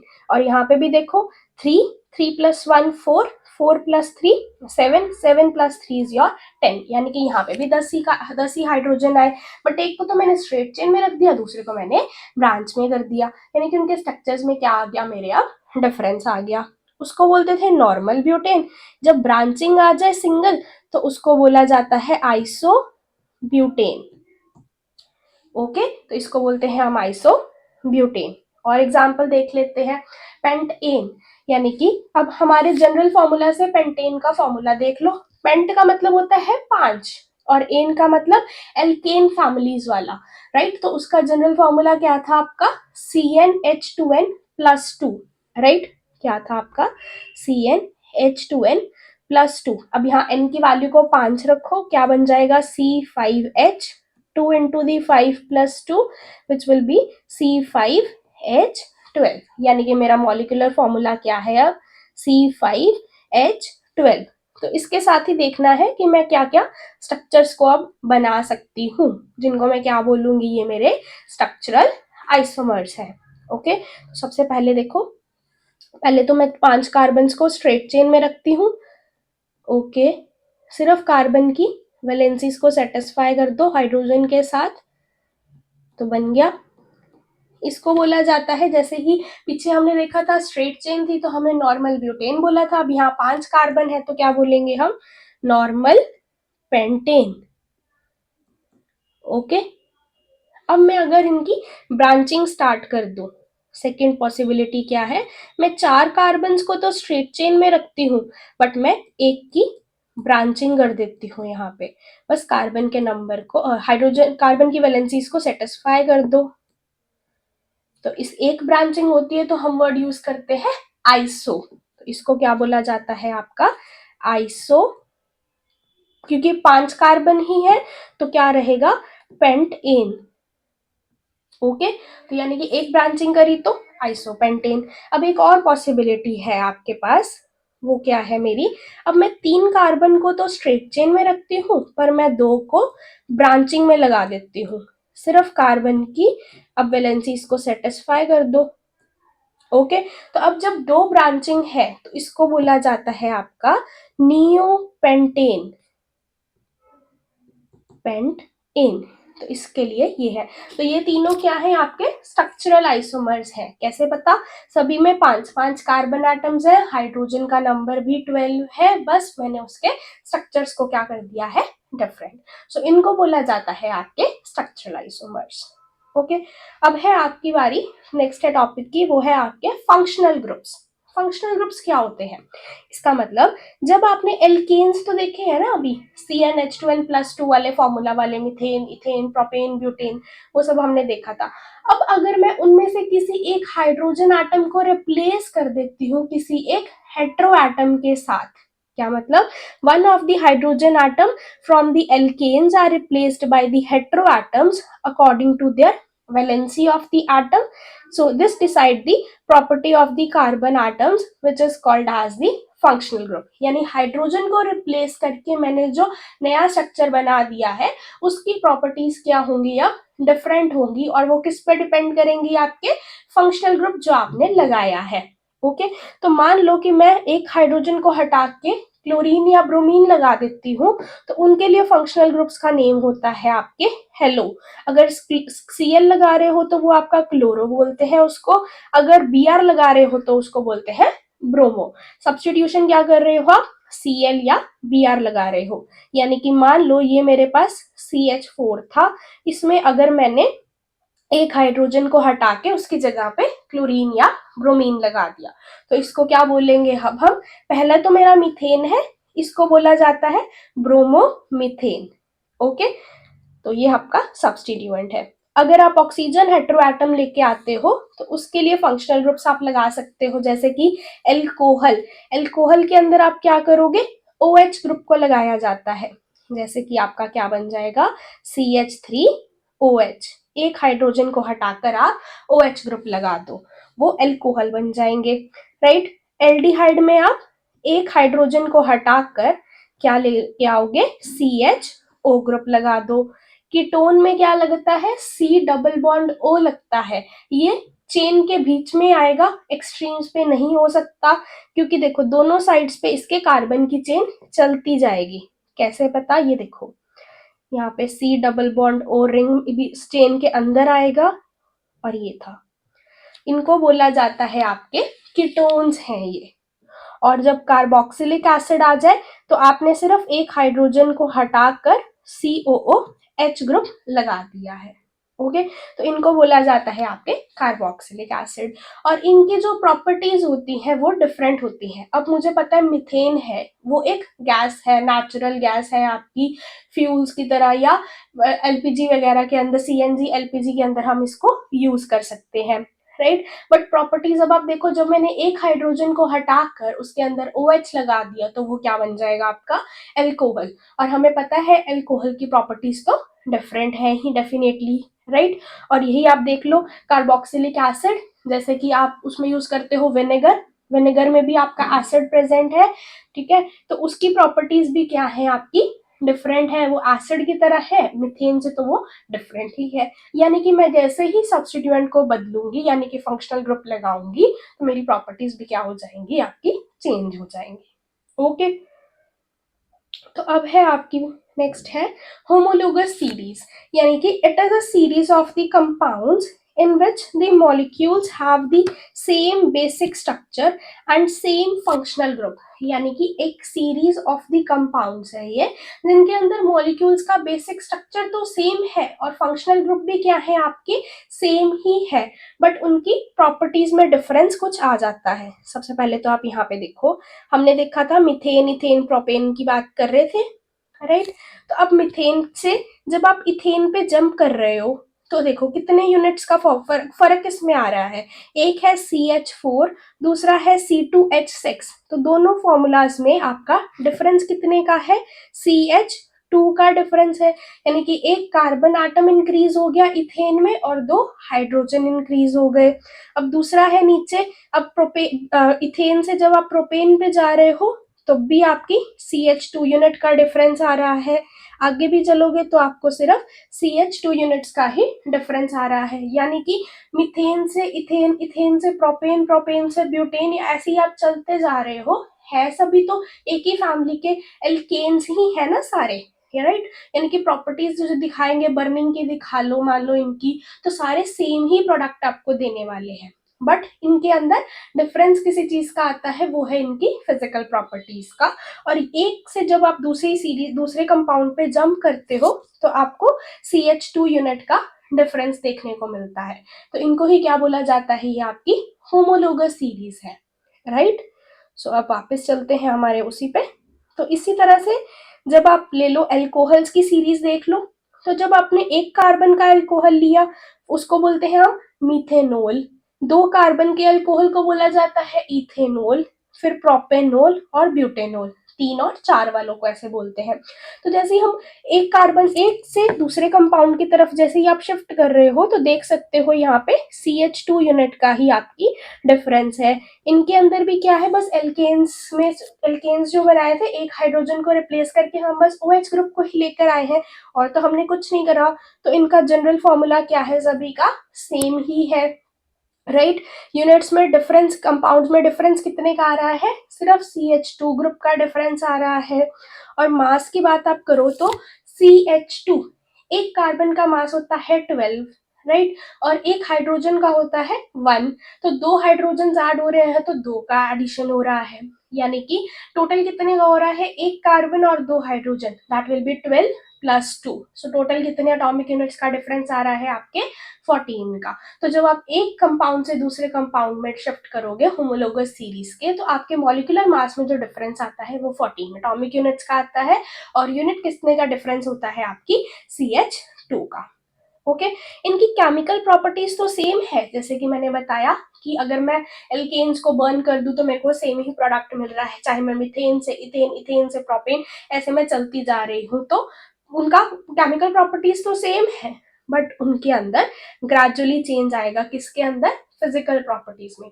अब जैसे ही आप इंक्रीज करते जाओगे इनके मास को, इनका मेल्टिंग पॉइंट, बॉइलिंग पॉइंट, ये सब आपके चेंज होते जाते हैं। तो यानी कि इनकी फिजिकल प्रॉपर्टीज में आपकी चेंज आ रहा है। राइट। तो इनको बोला जाता है आपके, ये है homologous series. Next is nomenclature of the carbon compounds. अब मैं कब से बोली जा रही हूँ, इसका नाम है methane, ethane, propane, methyl alcohol, methanoic acid या कुछ भी, इथेनोइक एसिड बोल रही हूँ या कुछ भी बोली जा रही हूँ मैं, बट इनके नाम आ कहाँ से रहे हैं। तो इतने सारे आपके पास, मान लो अब देखो वो नाम को सीखते हैं हम कि ये नाम हम दे, मैं बोल कैसे रही हूँ, आपको भी ये चीज आनी चाहिए, राइट। तो अब हमारे पास इतने मिलियंस ऑफ कंपाउंड्स आपको मिलते हैं नेचर में, ठीक है। तो अब हर एक मॉलिक्यूल का आप कॉमन नेम तो नहीं याद रख सकते, आपके लिए कितना टीडियस टास्क हो जाएगा कि हर एक मॉलिक्यूल का मैं नाम याद रख पाऊँ। तो इसके लिए हमारे काम को आसान करने के लिए एक सेट ऑफ रूल्स बना दिए गए कि जैसे कि आप जिसमें फॉर्मूला को डराइव, उसके स्ट्रक्चर को देख के आप उसका नाम बता सकते हो, या उसका नाम देख के आप उसका स्ट्रक्चर प्रेडिक्ट कर सकते हो कि आप कौन से मॉलिक्यूल की बात कर रहे हो, ठीक है। तो ये होता है आपका ये जो रूल्स थे आपको किसने दिए थे, IUPAC के थ्रू ये उन्होंने बना रखे हैं। So it is difficult to remember the name of millions of compounds by their respective common names, right? Therefore, to synthesize this, some rules have been given to us by the IUPAC. IUPAC क्या है आपकी, international union of pure and applied chemistry. Okay, तो जब भी आपको किसी भी molecule का नाम देना है तो आप तीन चीजों पे मेनली फोकस करते हो। पहली है चीज उसके प्रीफिक्स, प्रीफिक्स का मतलब होता है जो स्टार्टिंग में वर्ड लगेगा, ठीक है। सेकेंडली आपको फोकस करना है उसकी रूट पे, रूट का मतलब होता है कितने नंबर ऑफ उसके अंदर कार्बन एटम्स प्रेजेंट है, ओके। फिर लास्टली आपको फोकस करना होता है उसके सफिक्स पे। अब फंक्शनल ग्रुप क्या प्रेजेंट है, यानी कि सफिक्स वो वाला आप इसमें लगाते हो। तो ये प्रीफिक्स, रूट और सफिक्स आपके क्या क्या हो सकते हैं, तो देखो प्रीफिक्स में क्या है कि मैंने कोई भी अगर वो लगाए हुए हेलोजेंस लगाए हुए हैं, क्लोरो, ब्रोमो, आइडो, फ्लोरो, ये सब मैंने अगर लगा रखा है तो ये सारे क्या है मेरे प्रीफिक्सेस कहलाते हैं। तो Cl है अगर तो क्लोरो, Br है तो ब्रोमो, F है तो फ्लोरो, I है तो आइडो, ओके। अब next is word root. Word root का मतलब होता है कितने नंबर ऑफ कार्बन एटम्स है।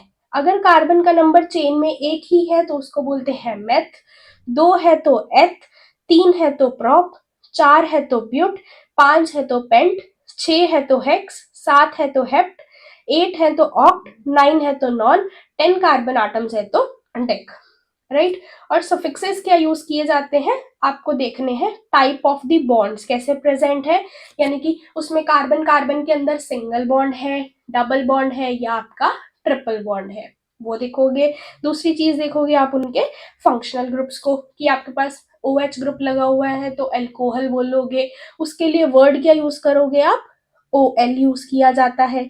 एल्डिहाइड यानी कि CHO वाला ग्रुप अगर प्रेजेंट है तो अल वर्ड यूज किया जाता है सफिक्स में। कीटोन है यानी कि बीच में चेन के अगर C double bond O group ऐसे मिल जाए तो उसको बोला जाता है आपका कीटोन। और कार्बोक्सिलिक एसिड है तो COOH, और सफिक्स यूज किया जाता है इसके लिए ओइक एसिड। अल्कोहल के लिए आपका OH है। वर्ड क्या यूज करते हैं हम, ओल को यूज किया जाता है। देखते हैं कुछ क्वेश्चंस के थ्रू इसको देखते हैं कि हम लगाएंगे कैसे। तो सबसे पहले हमें क्या देखना होता है, हमारे प्रीफिक्सेस। प्रीफिक्सेस में हमने देखा क्लोरो, ब्रोमो, आइडो, फ्लोरो, ये सब देखा हमने। अब पहले क्वेश्चन में आप देखो इसके अंदर कोई भी आपका प्रीफिक्स प्रेजेंट नहीं है, राइट। तो अब हम किस पे जंप करेंगे, हमारी वर्ड रूट पे। वर्ड रूट मतलब नंबर ऑफ कार्बन एटम्स आप चेन में काउंट करो। तो कितने हैं यहाँ पे, 1 2 एंड 3। तो जब 3 कार्बन एटम होते हैं हम वर्ड रूट में क्या यूज करते हैं, वर्ड प्रॉप, ओके। तो क्या है आपका प्रॉप। अब एक कार्बन और दूसरे कार्बन के बीच में सफिक्सेस में हमें देखना होता है पहले टाइप्स ऑफ दी बॉन्ड कैसे प्रेजेंट है, राइट। तो अब देखो यहाँ पे एक कार्बन और दूसरे कार्बन के बीच में आपका डबल बॉन्ड है। तो डबल बॉन्ड होता है तो हम वर्ड क्या यूज करते हैं, आपका इन यूज करते हैं। तो क्या बन जाएगा ये, प्रॉप इन, ओके। और कोई फंक्शनल ग्रुप इसमें कोई प्रेजेंट ही नहीं है, अल्कोहल, एल्डिहाइड, वो सब इसमें नहीं है। तो नाम क्या हो गया इसका, प्रॉप इन हो गया, okay. Moving on to the next one. So इसमें पहले देखो आपके पास कोई भी प्रीफिक्स है तो हाँ जी हाँ है, यहाँ पे क्या है आपका Cl ग्रुप लगा हुआ है, तो इसको क्या बोल देंगे हम, क्लोरो। तो जी पहला वर्ड आ गया मेरा प्रीफिक्स का क्लोरो। अब काउंट करो नंबर ऑफ कार्बन एटम्स कितने हैं, 1 और 2। तो क्या वर्ड यूज करते हैं हम 2 कार्बन के लिए, देखो यहाँ पे एथ यूज किया जाता है, तो क्या बन जाएगा मेरा क्लोरो एथ। अब अगला है, आपने कार्बन कार्बन के बीच में बॉन्डिंग देखनी है। अब सिंगल बॉन्ड प्रेजेंट है तो क्या यूज करते हैं हम, एन यूज करते हैं। तो नाम क्या हो गया इसका, क्लोरो इथेन। ओके, अब अगले पे चलते हैं। तो सबसे पहले प्रीफिक्स मेरा कोई भी halo form halo groups present नहीं है। तो अब दूसरा क्या देखते हैं हम, word root number of carbon atoms. तो कितने हैं यहाँ पे, 1 2 3 4, राइट। तो 4 के लिए हम वर्ड यूज करते हैं कौन सा, ब्यूट। ओके, अब कार्बन कार्बन के बीच में बॉन्डिंग कैसी है, सिंगल है। अब ये मत कह देना कि कार्बन और ऑक्सीजन के बीच में तो डबल बॉन्ड है जी, मैंने बोला है कार्बन और कार्बन की बॉन्डिंग देखनी है हमें, टाइप्स ऑफ बॉन्ड देखने के लिए। तो क्या है आपकी सिंगल बॉन्ड है, तो हम क्या यूज करेंगे, ब्यूटेन। ओके, और क्या सफिक्स में फंक्शनल ग्रुप है, हाँ जी है, C double bond O H group है, इसको क्या बोलते हैं हमारे, ये है आपके कार्बोक्सिलिक एसिड। तो इसके लिए वर्ड क्या यूज करोगे आप, ओइक एसिड। तो हमारा क्या ऐड हो जाएगा यहाँ पे, ओइक एसिड। अब एक चीज का यहाँ पे आपको ध्यान देना है कि जब भी 2 वॉवल्स एक साथ हो जाएं, जैसे ई और ओ एक साथ हो गए, तो ई को यहाँ पे रिमूव कर दो, तो नाम क्या बन जाएगा आपका, ब्यूटेन ओइक एसिड। ये एक बार आपको ध्यान देना है। ओके, तो आगे देखें, अगला है। अब इसमें देखो कोई भी प्रीफिक्सेस प्रेजेंट है, आंसर इज नो, क्योंकि क्लोरो ब्रोमो फ्लोरो आइटो कोई भी प्रेजेंट नहीं है। अब देखो नंबर ऑफ कार्बन एटम्स कितने हैं, यहाँ पे 2 है, 2 के लिए वर्ड यूज किया जाता है आपका एथ, राइट। अब कार्बन कार्बन के बीच में बॉन्ड कैसा है आपका, सिंगल है, तो क्या लग जाएगा यहाँ पे, एन वर्ड आ जाएगा। और CHO ग्रुप यानी फंक्शनल ग्रुप प्रेजेंट है, एल्डिहाइड, तो वर्ड क्या यूज करना है हमें यहाँ पे, अल, राइट। बट यहाँ पे भी देखो, अब 2 इकट्ठे आ गए वॉवल्स, तो ई को क्या कर दो आप, ओमिट कर दो, तो नाम क्या बन जाएगा मेरा, इथेन अल। ओके, सो इथेनॉल इसको बोलोगे आप। नेक्स्ट इज, अब देखो इसमें नेक्स्ट में कोई भी फंक्शनल ग्रुप वो प्रीफिक्सेस प्रेजेंट नहीं है हमारे, तो वो वाला तो ऐड ऑन नहीं होगा इसमें। अब देखो नंबर ऑफ कार्बन एटम्स कितनी है, 1 2 एंड 3, तो वर्ड क्या बन जाएगा आपका, प्रोप, राइट। अब यहाँ पे कोई भी ऐसे कार्बन कार्बन के बीच में बॉन्ड कैसे है, सिंगल है, तो प्रोपेन बन जाएगा, राइट। अब देखो, अब मेरा जो ये सी डबल बॉन्ड ओ वाला ग्रुप है, इसको क्या बोलते हैं हम, कीटोन के लिए। जब कीटोन होता है तो हम सफिक्स क्या यूज करते हैं, ओन, राइट। तो प्रोपेन ओन, तो क्या वर्ड बन जाएगा, अब 2 वर्ड्स इकट्ठे हैं तो ई को क्या करना है, वॉवल्स इकट्ठे हैं तो ई को ओमिट करना है, तो क्या बन जाएगा, प्रोपेन ओन बन जाएगा। ओके, सो ये इसका नाम हो जाएगा यहाँ पे। आगे देखें, अब ये देखो, अब ये वाला फंक्शनल ग्रुप में इस मॉलिक्यूल में देखो कोई भी प्रीफिक्स आपका प्रेजेंट नहीं होगा, क्योंकि क्लोरो ब्रोमो फ्लोरो आइडो नहीं है। अब अगला हमें क्या देखना होता है, नंबर ऑफ कार्बन एटम्स, तो 3 4 एंड 5, सो 5 कार्बन एटम्स है, तो जब 5 होते हैं तो हम वर्ड क्या यूज करते हैं आपका, पेंट, पेंट। ओके, अब कार्बन कार्बन के बीच में बॉन्डिंग कैसी है, ट्रिपल बॉन्ड प्रेजेंट है एक, तो क्या वर्ड यूज करेंगे हम, आइन यूज किया जाएगा। बट ये देखो, अब ये जो ट्रिपल बॉन्ड है वो कार्बन 2 और 3 के बीच में प्रेजेंट है, तो हम इसको भी यहाँ पे डिनोट करेंगे और नाम बन जाएगा आपका पेन टू आइन। ओके, अब आगे अगले पे देखो, यहाँ पे देखो कोई भी प्रीफिक्स प्रेजेंट नहीं है। नंबर ऑफ कार्बन एटम्स देखो, 1 2 3 4 एंड 5, तो word again will be pent, right. Carbon carbon के बीच में बॉन्डिंग आपकी सिंगल है। और अब प्रीफिक्स सुफिक्स का क्या प्रेजेंट होगा यहाँ पे, एल्कोहल फंक्शनल ग्रुप है, तो यानी कि OH है, तो OH के लिए हम क्या यूज करते हैं, ओल वर्ड को यूज किया जाता है। और ये है किस पोजीशन पे आपके, सेकंड पे, तो पेंटेन टू ओल, राइट। बट अब यहाँ पे भी बीच में नंबर को मत देखो, दो अल्फाबेट्स जो वॉवल्स वाले हैं वो साथ में आ रहे हैं, तो ई क्या होगा आपका यहाँ पे भी ओमेट, तो नाम बन जाएगा इसका पेंटेन टू ओल। Okay, so this is about the nomenclature of your carbon compounds. Okay, so moving on further now, that is about their chemical properties of carbon, यानी कि कार्बन दूसरे केमिकल स्पीशीज के साथ कैसे रिएक्शन आपकी दिखाता है। सबसे पहली है आपकी कंबस्टन। कंबस्टन का मतलब होता है उसको जलाना। जलाने के लिए क्या जरूरत है उसकी, ऑक्सीजन के लिए, यानी कि बर्निंग के लिए हमें ऑक्सीजन की रिक्वायरमेंट होती है, यानी कि कार्बन के कंपाउंड की मैं जब अब बर्निंग करती हूँ तो उसको देखना है, राइट। सो कार्बन और उसके compounds is used as fuel की तरह यूज किए जाते हैं। क्यों यूज करते हैं, क्योंकि जब ये बर्न करते हैं in the presence of oxygen, वो large amount of heat produce करते हैं। देखो यहाँ पे मीथेन है, कार्बन का कंपाउंड है, ऑक्सीजन के साथ जब बर्न हुआ तो इसने CO2 और वाटर दे दिया, ये दोनों उड़ गए, साथ में क्या प्रोड्यूस करेगा आपकी लॉट ऑफ हीट प्रोड्यूस करेगा।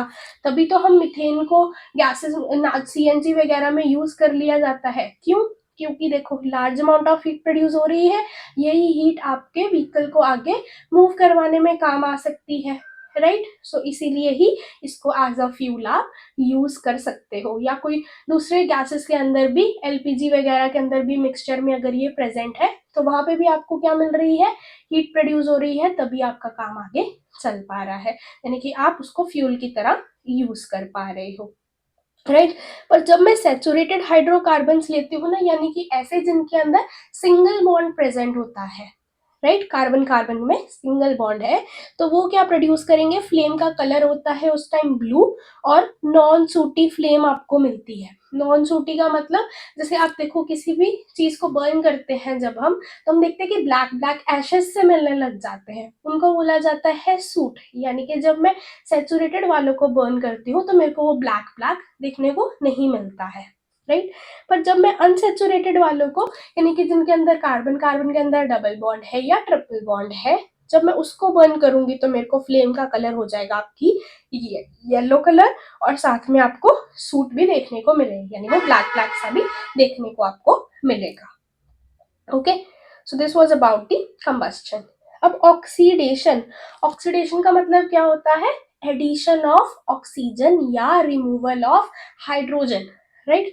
सो एल्कोहल्स हैं जो आपके, उनको आप एल्डिहाइड में कन्वर्ट कर सकते हो, या आप फर्दर उसको कार्बोक्सिलिक एसिड में कन्वर्ट कर सकते हो, किसकी प्रेजेंस में, ऑक्सीडाइजिंग एजेंट, या ऑक्सीडाइजिंग एजेंट मतलब जो उसको ऑक्सीडाइज करवाएगा, जो दूसरे को ऑक्सीडाइज करता है उसको बोलते हैं हम ऑक्सीडाइजिंग एजेंट। यहाँ पे हम क्या यूज कर रहे हैं, एल्केलाइन KMnO4 को, या एसिडिक पोटाशियम डाइक्रोमेट को, इनको एज ऑक्सीडाइजिंग एजेंट्स आप यूज कर सकते हो, और आप कन्वर्ट कर लोगे एल्कोहल को एल्डिहाइड में, फर्दर एल्डिहाइड की ऑक्सीडेशन होके एसिड में। अब आपको कैसे पता ऑक्सीडेशन हो रही है, जब आप एल्कोहल से एल्डिहाइड में जा रहे हो, एल्डिहाइड से एसिड में जा रहे हो। देखो जब आप एल्कोहल से एल्डिहाइड में जा रहे हो तो आपका क्या हो रहा है, हाइड्रोजन यहाँ पे कम हो रही है, यानी कि यहाँ पे क्या हो रहा है, removal of hydrogen, removal of hydrogen हो रही है मेरी, राइट। और यहाँ पे देखो जब मैं एल्डिहाइड से एसिड की तरफ जा रही हूँ तो यहाँ एल्डिहाइड में मेरा एक ही ऑक्सीजन है, और एसिड में मेरे कितने ऑक्सीजन है, यहाँ पे 2 ऑक्सीजन है। तो जब एडिशन ऑफ ऑक्सीजन भी क्या कहलाती है आपकी, ऑक्सीडेशन। यहाँ पे क्या हो रही है आपकी, एडिशन ऑफ ऑक्सीजन। तो जब भी एडिशन ऑफ ऑक्सीजन हो या रिमूवल ऑफ हाइड्रोजन हो तो उसको ऑक्सीडेशन बोलते हैं। तो यहाँ हमें पता चल गया कि हमें ऑक्सीडेशन आपकी हो रही है। करवा कौन रहा है, एल्केलाइन KMnO4 जो एरोस के ऊपर यहाँ पे मार्क्ड है। ओके, अगली है आपकी एडिशन रिएक्शंस। एडिशन का मतलब होना है किसी के अंदर एड ऑन होना। अब हमें पता है कि जो सैचुरेटेड वाले हैं वो अपने कार्बन पहले ही बॉन्ड्स को पूरा कर चुका है, 4 बॉन्ड उसने बना रखे हैं, वो केमिकली अनरिएक्टिव है नेचर में। बट जो मेरे अनसैचुरेटेड वाले होते हैं उनके अंदर क्या है, मेरा एक वीक पाई बॉन्ड प्रेजेंट है जो कि साइडवाइज ओवरलैप से बना हुआ है। तो यानी कि वो बॉन्ड तो मैं तोड़ सकती हूँ ना, तो यानी उसको तोड़ के मैं सिंगल बॉन्ड में कन्वर्ट कर सकती हूँ, जो स्टेबल वाले सिग्मा बॉन्ड्स बन जाएंगे मेरे। देखो अनसैचुरेटेड हाइड्रोकार्बन्स क्या करेंगे, एडिशन की एडिशन कर सकते हैं किसकी, हाइड्रोजन की, किसकी प्रेजेंस में, कैटालिस्ट। कैटालिस्ट होता है कि जो कि आपकी रिएक्शन के रेट को फास्ट कर देता है। मान लो किसी रिएक्शन को कंप्लीट करने में आपको 5 से 6 घंटे लग रहे हैं, अब आप उसको कम टाइम में कर पाओ तो उसके लिए जिस चीज का यूज किया जाता है उसको कैटालिस्ट बोलते हैं। ओके, तो यहाँ हम कैटालिस्ट यूज कर रहे हैं आपका निकल या पैलेडियम को। तो जो वेजिटेबल ऑयल्स होते हैं उनको आप वेजिटेबल घी में कन्वर्ट कर सकते हो यूजिंग दिस प्रोसेस। आपका जो वेजिटेबल ऑयल होता है उसके अंदर अगर आपने हाइड्रोजन की एडिशन कर दी तो आप वेजिटेबल घी ले सकते हो जिसके अंदर आपके सेचुरेटेड हाइड्रोकार्बन्स है। अब हम बोलते हैं ना कुछ फैट तो हमारे लिए गुड फैट है, कुछ बैड फैट है, राइट। तो जो गुड फैट होती है वो प्रोन टू ऑक्सीडेशन होती है, यानी कि वो लंबे टाइम तक आप उसको रख नहीं सकते, वो ऑक्सीडाइज हो जाएगी कुछ टाइम के बाद, वो खराब हो सकती है। बट जो बैड फैट होती है ना, जिसको जो लंबे टाइम तक आपकी चलती रहती है, तो उस वो क्या हो चुकी है आपकी, उसके अंदर हाइड्रोजन का एडिशन हो चुका है और वो सेचुरेटेड बन चुकी है, यानी कि वो केमिकली अनरिएक्टिव हो चुकी है, फर्दर वो ऑक्सीडाइज वगैरह नहीं होगी। हमारे कॉस्मेटिक्स में भी वेजिटेबल ये जो ऑक्सीडाइज्ड उसकी जो हाइड्रोजन एडिशन ऑफ हाइड्रोजन होकर जो हमें मिल रही है ना वेजिटेबल घी जिसको यहाँ पे बोला हुआ है, तो उसको भी यानी कि सेचुरेटेड मिल रहे हैं एडिशन ऑफ हाइड्रोजन करके, उसको आप कॉस्मेटिक्स में भी यूज कर सकते हो, तभी आपके कॉस्मेटिक लंबे टाइम तक खराब नहीं होते, right. So it is also called as hydrogenation of vegetable oils, क्योंकि एडिशन किसका हो रहा है, हाइड्रोजन का, तो क्या हो गई है आपकी हाइड्रोजनेशन। तो जो वेजिटेबल ऑयल्स थे उनके अंदर अनसेचुरेटेड थे, यानी कि डबल बॉन्ड था, हाइड्रोजन आया, उसने इनमें एडिशन दिखा दिया और वो सेचुरेटेड में कन्वर्ट हो गया। Okay, next is about the substitution reaction. Substitution reaction का मतलब होता है किसी चीज को सब्स्टिट्यूट करना, राइट। अब मान लो आप और आपका दोस्त क्लास में बैठे थे, राइट। अब टीचर आपको बोल देती है कि भाई आप आगे उठ के वहां पे आगे सीट पे आ जाओ, और किसी और बच्चे को आपके फ्रेंड के साथ बिठा देती है। तो आपके जो ओरिजिनल पोजीशन पे क्या हुआ, आप सब्स्टिट्यूट हो गए, आप आगे चले गए, आपकी जगह पे कोई और आ गया, तो आपको किसने सब्स्टिट्यूट करा, दूसरे बच्चे ने, जो कि आपके फ्रेंड के साथ आके बैठ चुका है टीचर के कहने पे, राइट। तो इसी को बोलते हैं।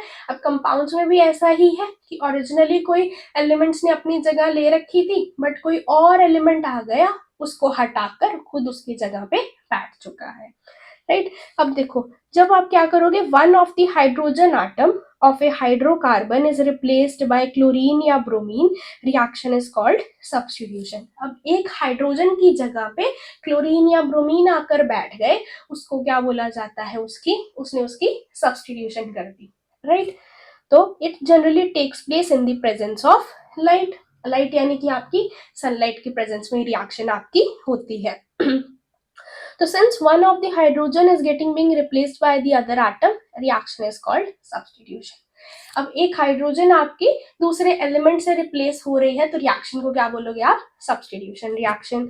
हमें पता है कि हमारे जो एल्कीन्स होते हैं वो केमिकली अनरिएक्टिव होते हैं किसी दूसरे स्पीशीज के साथ, तो वो एडिशन ऑक्सीडेशन वगैरह नहीं दिखा रहे, बट ये सब्स्टिट्यूशन जरूर दिखा सकते हैं। जैसे कि मीथेन के अंदर एक कार्बन के साथ 4 हाइड्रोजन जुड़े हुए थे, बट मैंने जब इसको क्लोरीन के साथ रिएक्ट करवा दिया तो इसने क्या करा, एक हाइड्रोजन को रिप्लेस कर दिया किसके साथ, क्लोरीन के साथ, तो CH3Cl बन गया।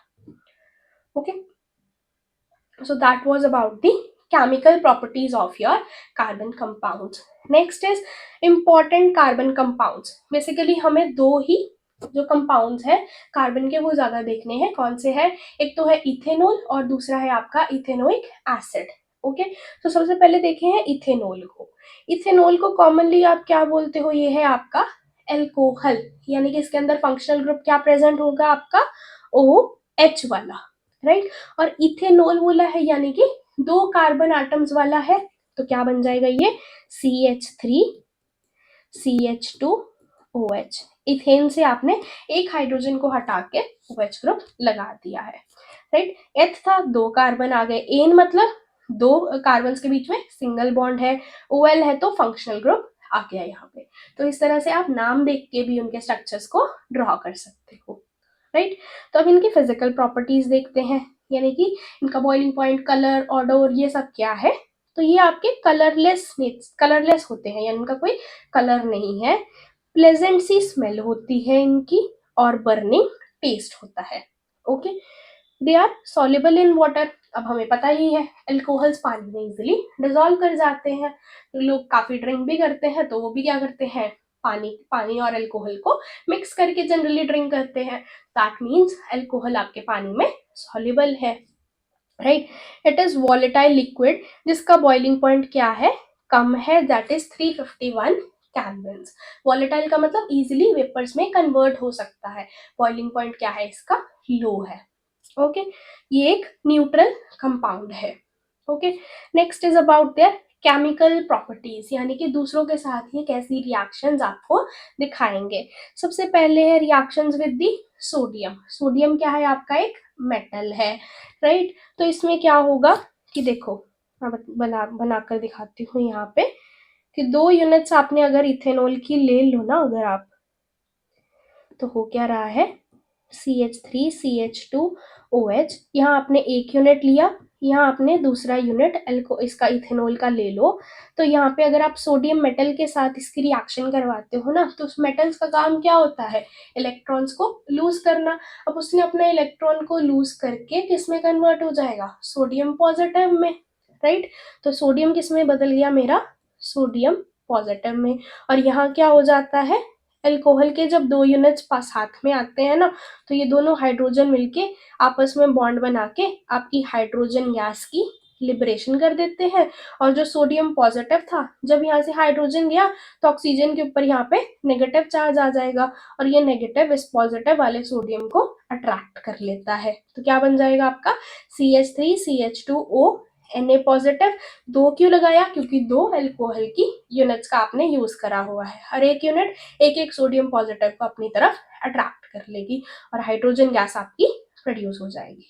ओके, सो इसको बोला जाता है सोडियम इथो ऑक्साइड। सोडियम लग गया था यहाँ पे, और यहाँ पे वर्ड क्या यूज किया जाता है, इथो ऑक्साइड बन गया। साथ में आपकी हाइड्रोजन गैस प्रोड्यूस हो गई, जिसकी डिटेक्शन के लिए आपको कैसे पता कि हाइड्रोजन रिवॉल्व हुई है, आप एक बर्निंग कैंडल लेके आओगे, वो अगर पॉप साउंड के साथ बर्न करती है तो आपकी हाइड्रोजन गैस रिलीज हुई होती है, राइट। ये हमने पहले भी देखा है। So it Burns with the pop sound. Next is dehydration. Dehydration का मतलब क्या होता है, कभी कभी आप भी डिहाइड्रेट हो जाते हो ना, क्या होता है तब आपके बॉडी में वाटर की अमाउंट कम हो गई, इसको ये बोलते हैं ना डिहाइड्रेट हो जाना। तो कभी भी डिहाइड्रेशन होती है ना, लोग बोलते हैं ना पानी पी लो आप, मतलब आपकी बॉडी से पानी की जो अमाउंट थी वो डिक्रीज हो चुकी है। तो डिहाइड्रेशन मतलब पानी का रिमूवल करना। तो कौन करवा सकता है, तो जब आपका इथेनॉल एसिड के साथ, कौन से एसिड, कंसंट्रेटेड, यानी कि बहुत ही ज्यादा हाई अमाउंट ऑफ एसिड है, पानी की अमाउंट उसमें कम है, वो अगर आप एक्सेस में डाल दो तो क्या कर सकता है, अल्कोहल से पानी को वो रिमूव कर सकता है। तो यहाँ क्या होगा, आपका H2O का रिमूवल हो जाएगा, और जब ये हो रहा है तो साथ में आपको इथीन मिल जाएगी। तो वाटर बना और इथीन बन गई। ये HOH is basically your H2O। Okay, so this was about the ethanol. Next is about the ethanoic acid. अब इसमें भी क्या है, ओइक एसिड मतलब कि carboxylic acid functional group present है।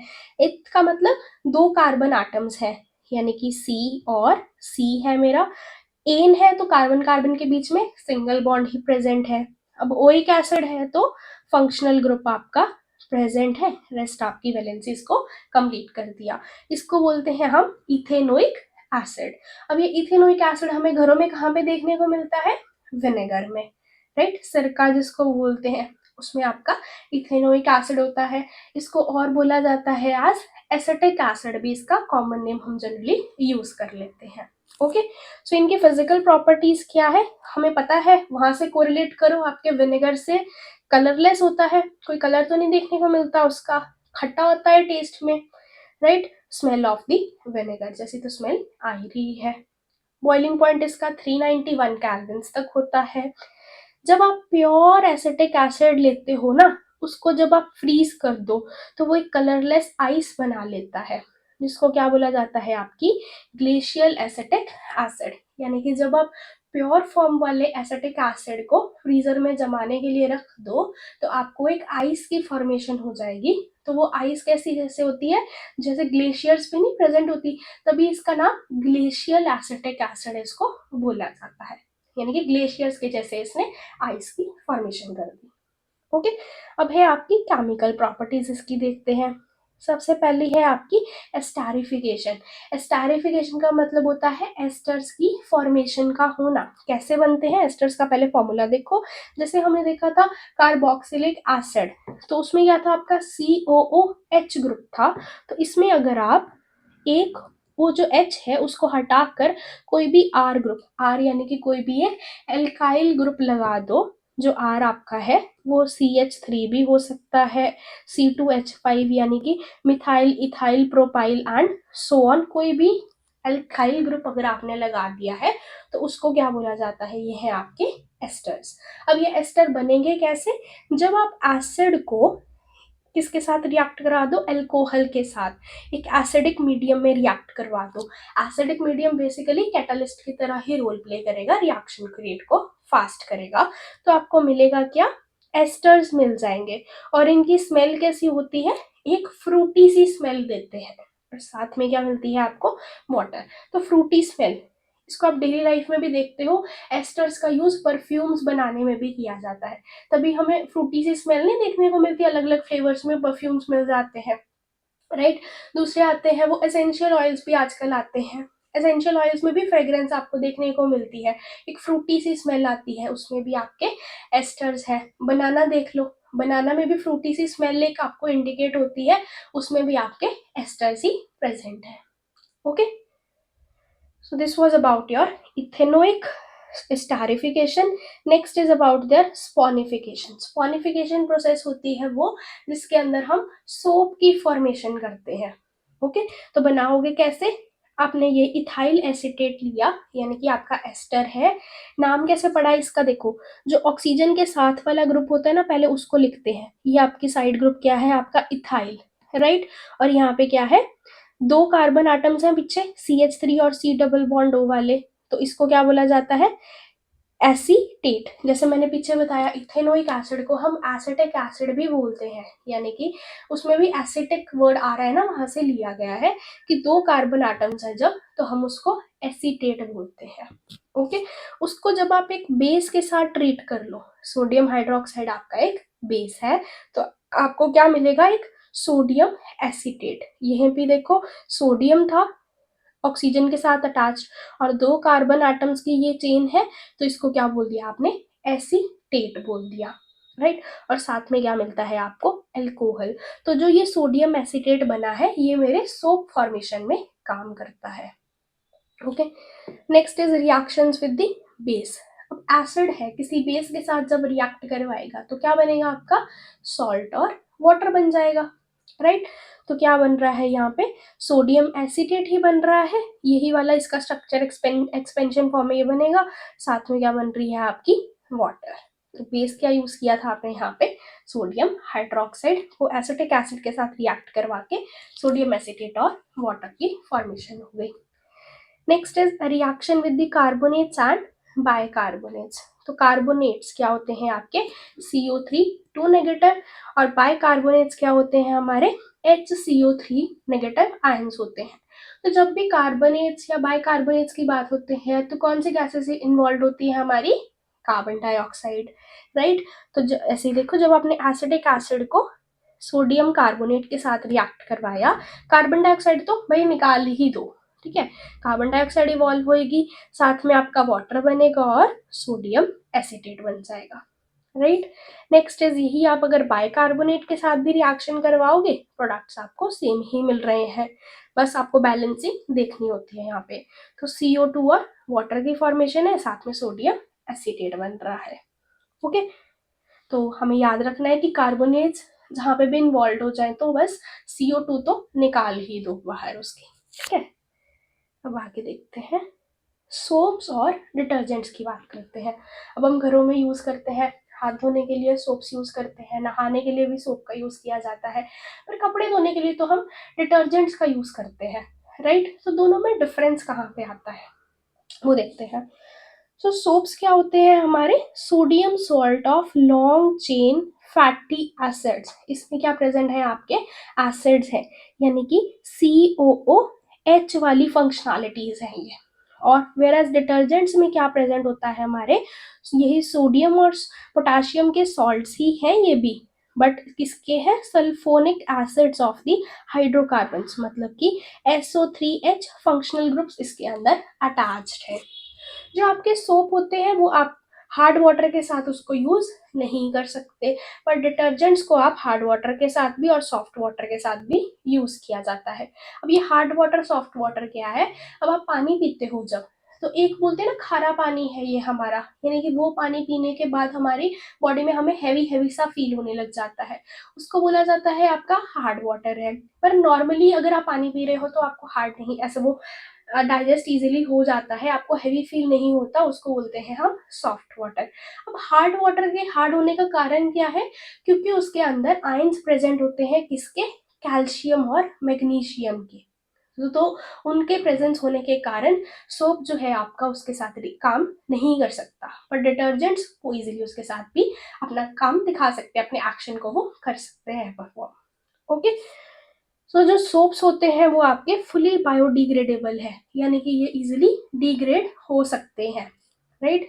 जो डिटर्जेंट्स है वो आपके non biodegradable in the nature है।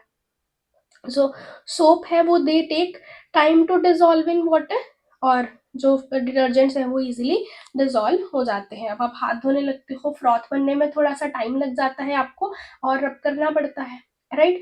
बट जो डिटर्जेंट्स है आप पानी लो, थोड़ा सा डिटर्जेंट डालो, हल्का सा शेक करते हो तो फ्रॉथ उसमें इजीली बन जाती है।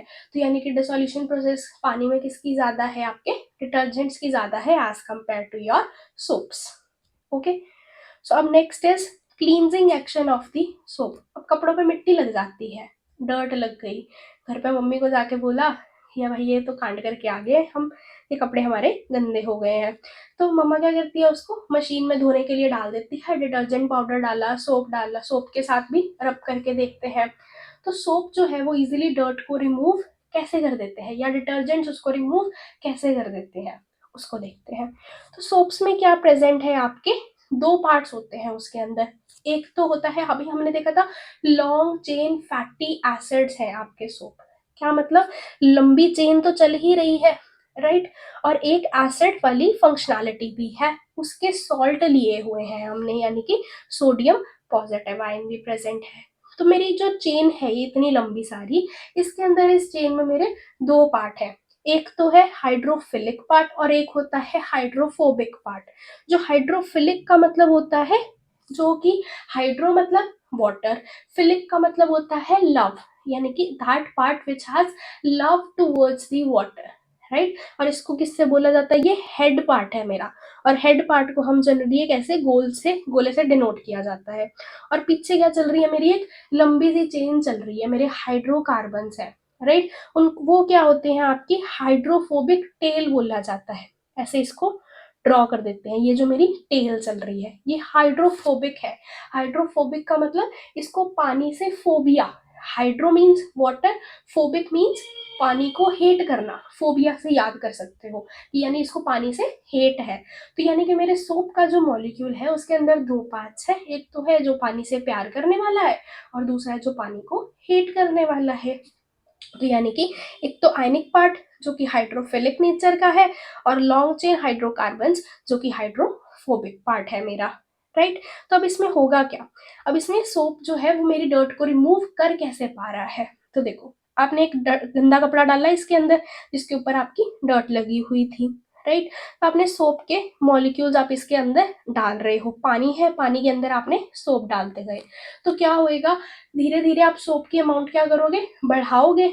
तो क्या हो रहा है, सोप का वो पार्ट जो कि हाइड्रोफोबिक है वो डर्ट की तरफ अट्रैक्शन दिखाएगा, क्योंकि डर्ट में भी जनरली हमारे ऑयल्स वगैरह ही होते हैं, वो भी पानी में डिजोल्व नहीं करते, तो वो भी हाइड्रोफोबिक नेचर के हैं, राइट। तो वो पार्ट और जो सोप का वो पार्ट जो हाइड्रोफोबिक नेचर का है वो उसकी तरफ अट्रैक्शन दिखाएंगे, और बाहर पानी के मॉलिक्यूल्स है उसकी तरफ आपका हाइड्रोफिलिक हेड वाला पार्ट उसकी तरफ जाता जाएगा। देखो यही थी, ये मेरी जो चेन थी, ऊपर वाला हाइड्रोफिलिक है तो बाहर की तरफ पानी के मॉलिक्यूल्स की तरफ अट्रैक्शन दिखा रहा है, और हाइड्रोफोबिक पार्ट जो है वो डर्ट की तरफ अपनी अट्रैक्शन को दिखाता जा रहा है, राइट। तो ऐसे ही क्या होगा, जैसे ही आप सोप की अमाउंट इंक्रीज करते जाओगे एक ऐसी पर्टिकुलर कंसंट्रेशन आ जाएगी जिसमें आपके माइसेल्स की फॉर्मेशन हो जाती है। माइसेल का मतलब कि एक राउंड सी एक स्ट्रक्चर बना लेते हैं जिसके अंदर आपकी डर्ट इंट्रैप हो जाती है। देखो यही है, बाहर वाली पार्ट आपकी हाइड्रोफिलिक चल रही थी, अंदर वाली हाइड्रोफोबिक ने क्या करा, अट्रैक्शन दिखाते हुए एक स्ट्रक्चरिंग लाइक वो सर्कल टाइप बना लिया जिसके अंदर क्या है, आपकी हाइड्रोफोबिक पार्ट्स ने अंदर की तरफ आपकी डर्ट को इंट्रैप कर लिया है। तो जैसे ही अब आप पानी इसके ऊपर इसको पानी से वॉश करोगे क्या होगा, ये जो माइसेल बने हैं ना ये इजीली वॉश आउट हो जाएंगे। तो इस तरह से उसको रब करने से, थोड़ा एगिटेशन दी हो यानी कि उसको थोड़ा सा रब करने से आपके जो डर्ट है वो रिमूव हो जाती है। सो this was about the cleansing action of the soap, क्योंकि उसके अंदर दो पार्ट्स थे जिस हाइड्रोफोबिक और हाइड्रोफिलिक, तो इसके कारण आपकी डर्ट इजीली रिमूव हो पाई। Okay, so I guess this was the last topic of the chapter. Yes. So with this we are done with that chapter that was carbon and its compounds. I hope आपको chapter समझ आया होगा, यानी easy से easy language में समझाने की try करी है, बट फिर भी कोई डाउट रह जाता है, comment section is there for you, you can ask me over there, I will surely reply to that. Okay, so that is it. और अगर आप यहाँ तक आए हो दैट मीन्स आपको वीडियो अच्छी तो लगी है, यानी आपको चैप्टर समझ आया है। तो आपको क्या करना है, वीडियो को लाइक ज़रूर करके जाना और चैनल को सब्सक्राइब ज़रूर करना है, और अगर आप बाकी अपने फ्रेंड्स के साथ भी इसको ज़रूर शेयर करो ताकि वो भी इसको इजीली समझ पाए। Okay, so that is it for today. Thank you so much for watching. We'll meet you in the next video with the next chapter. So till then, bye bye.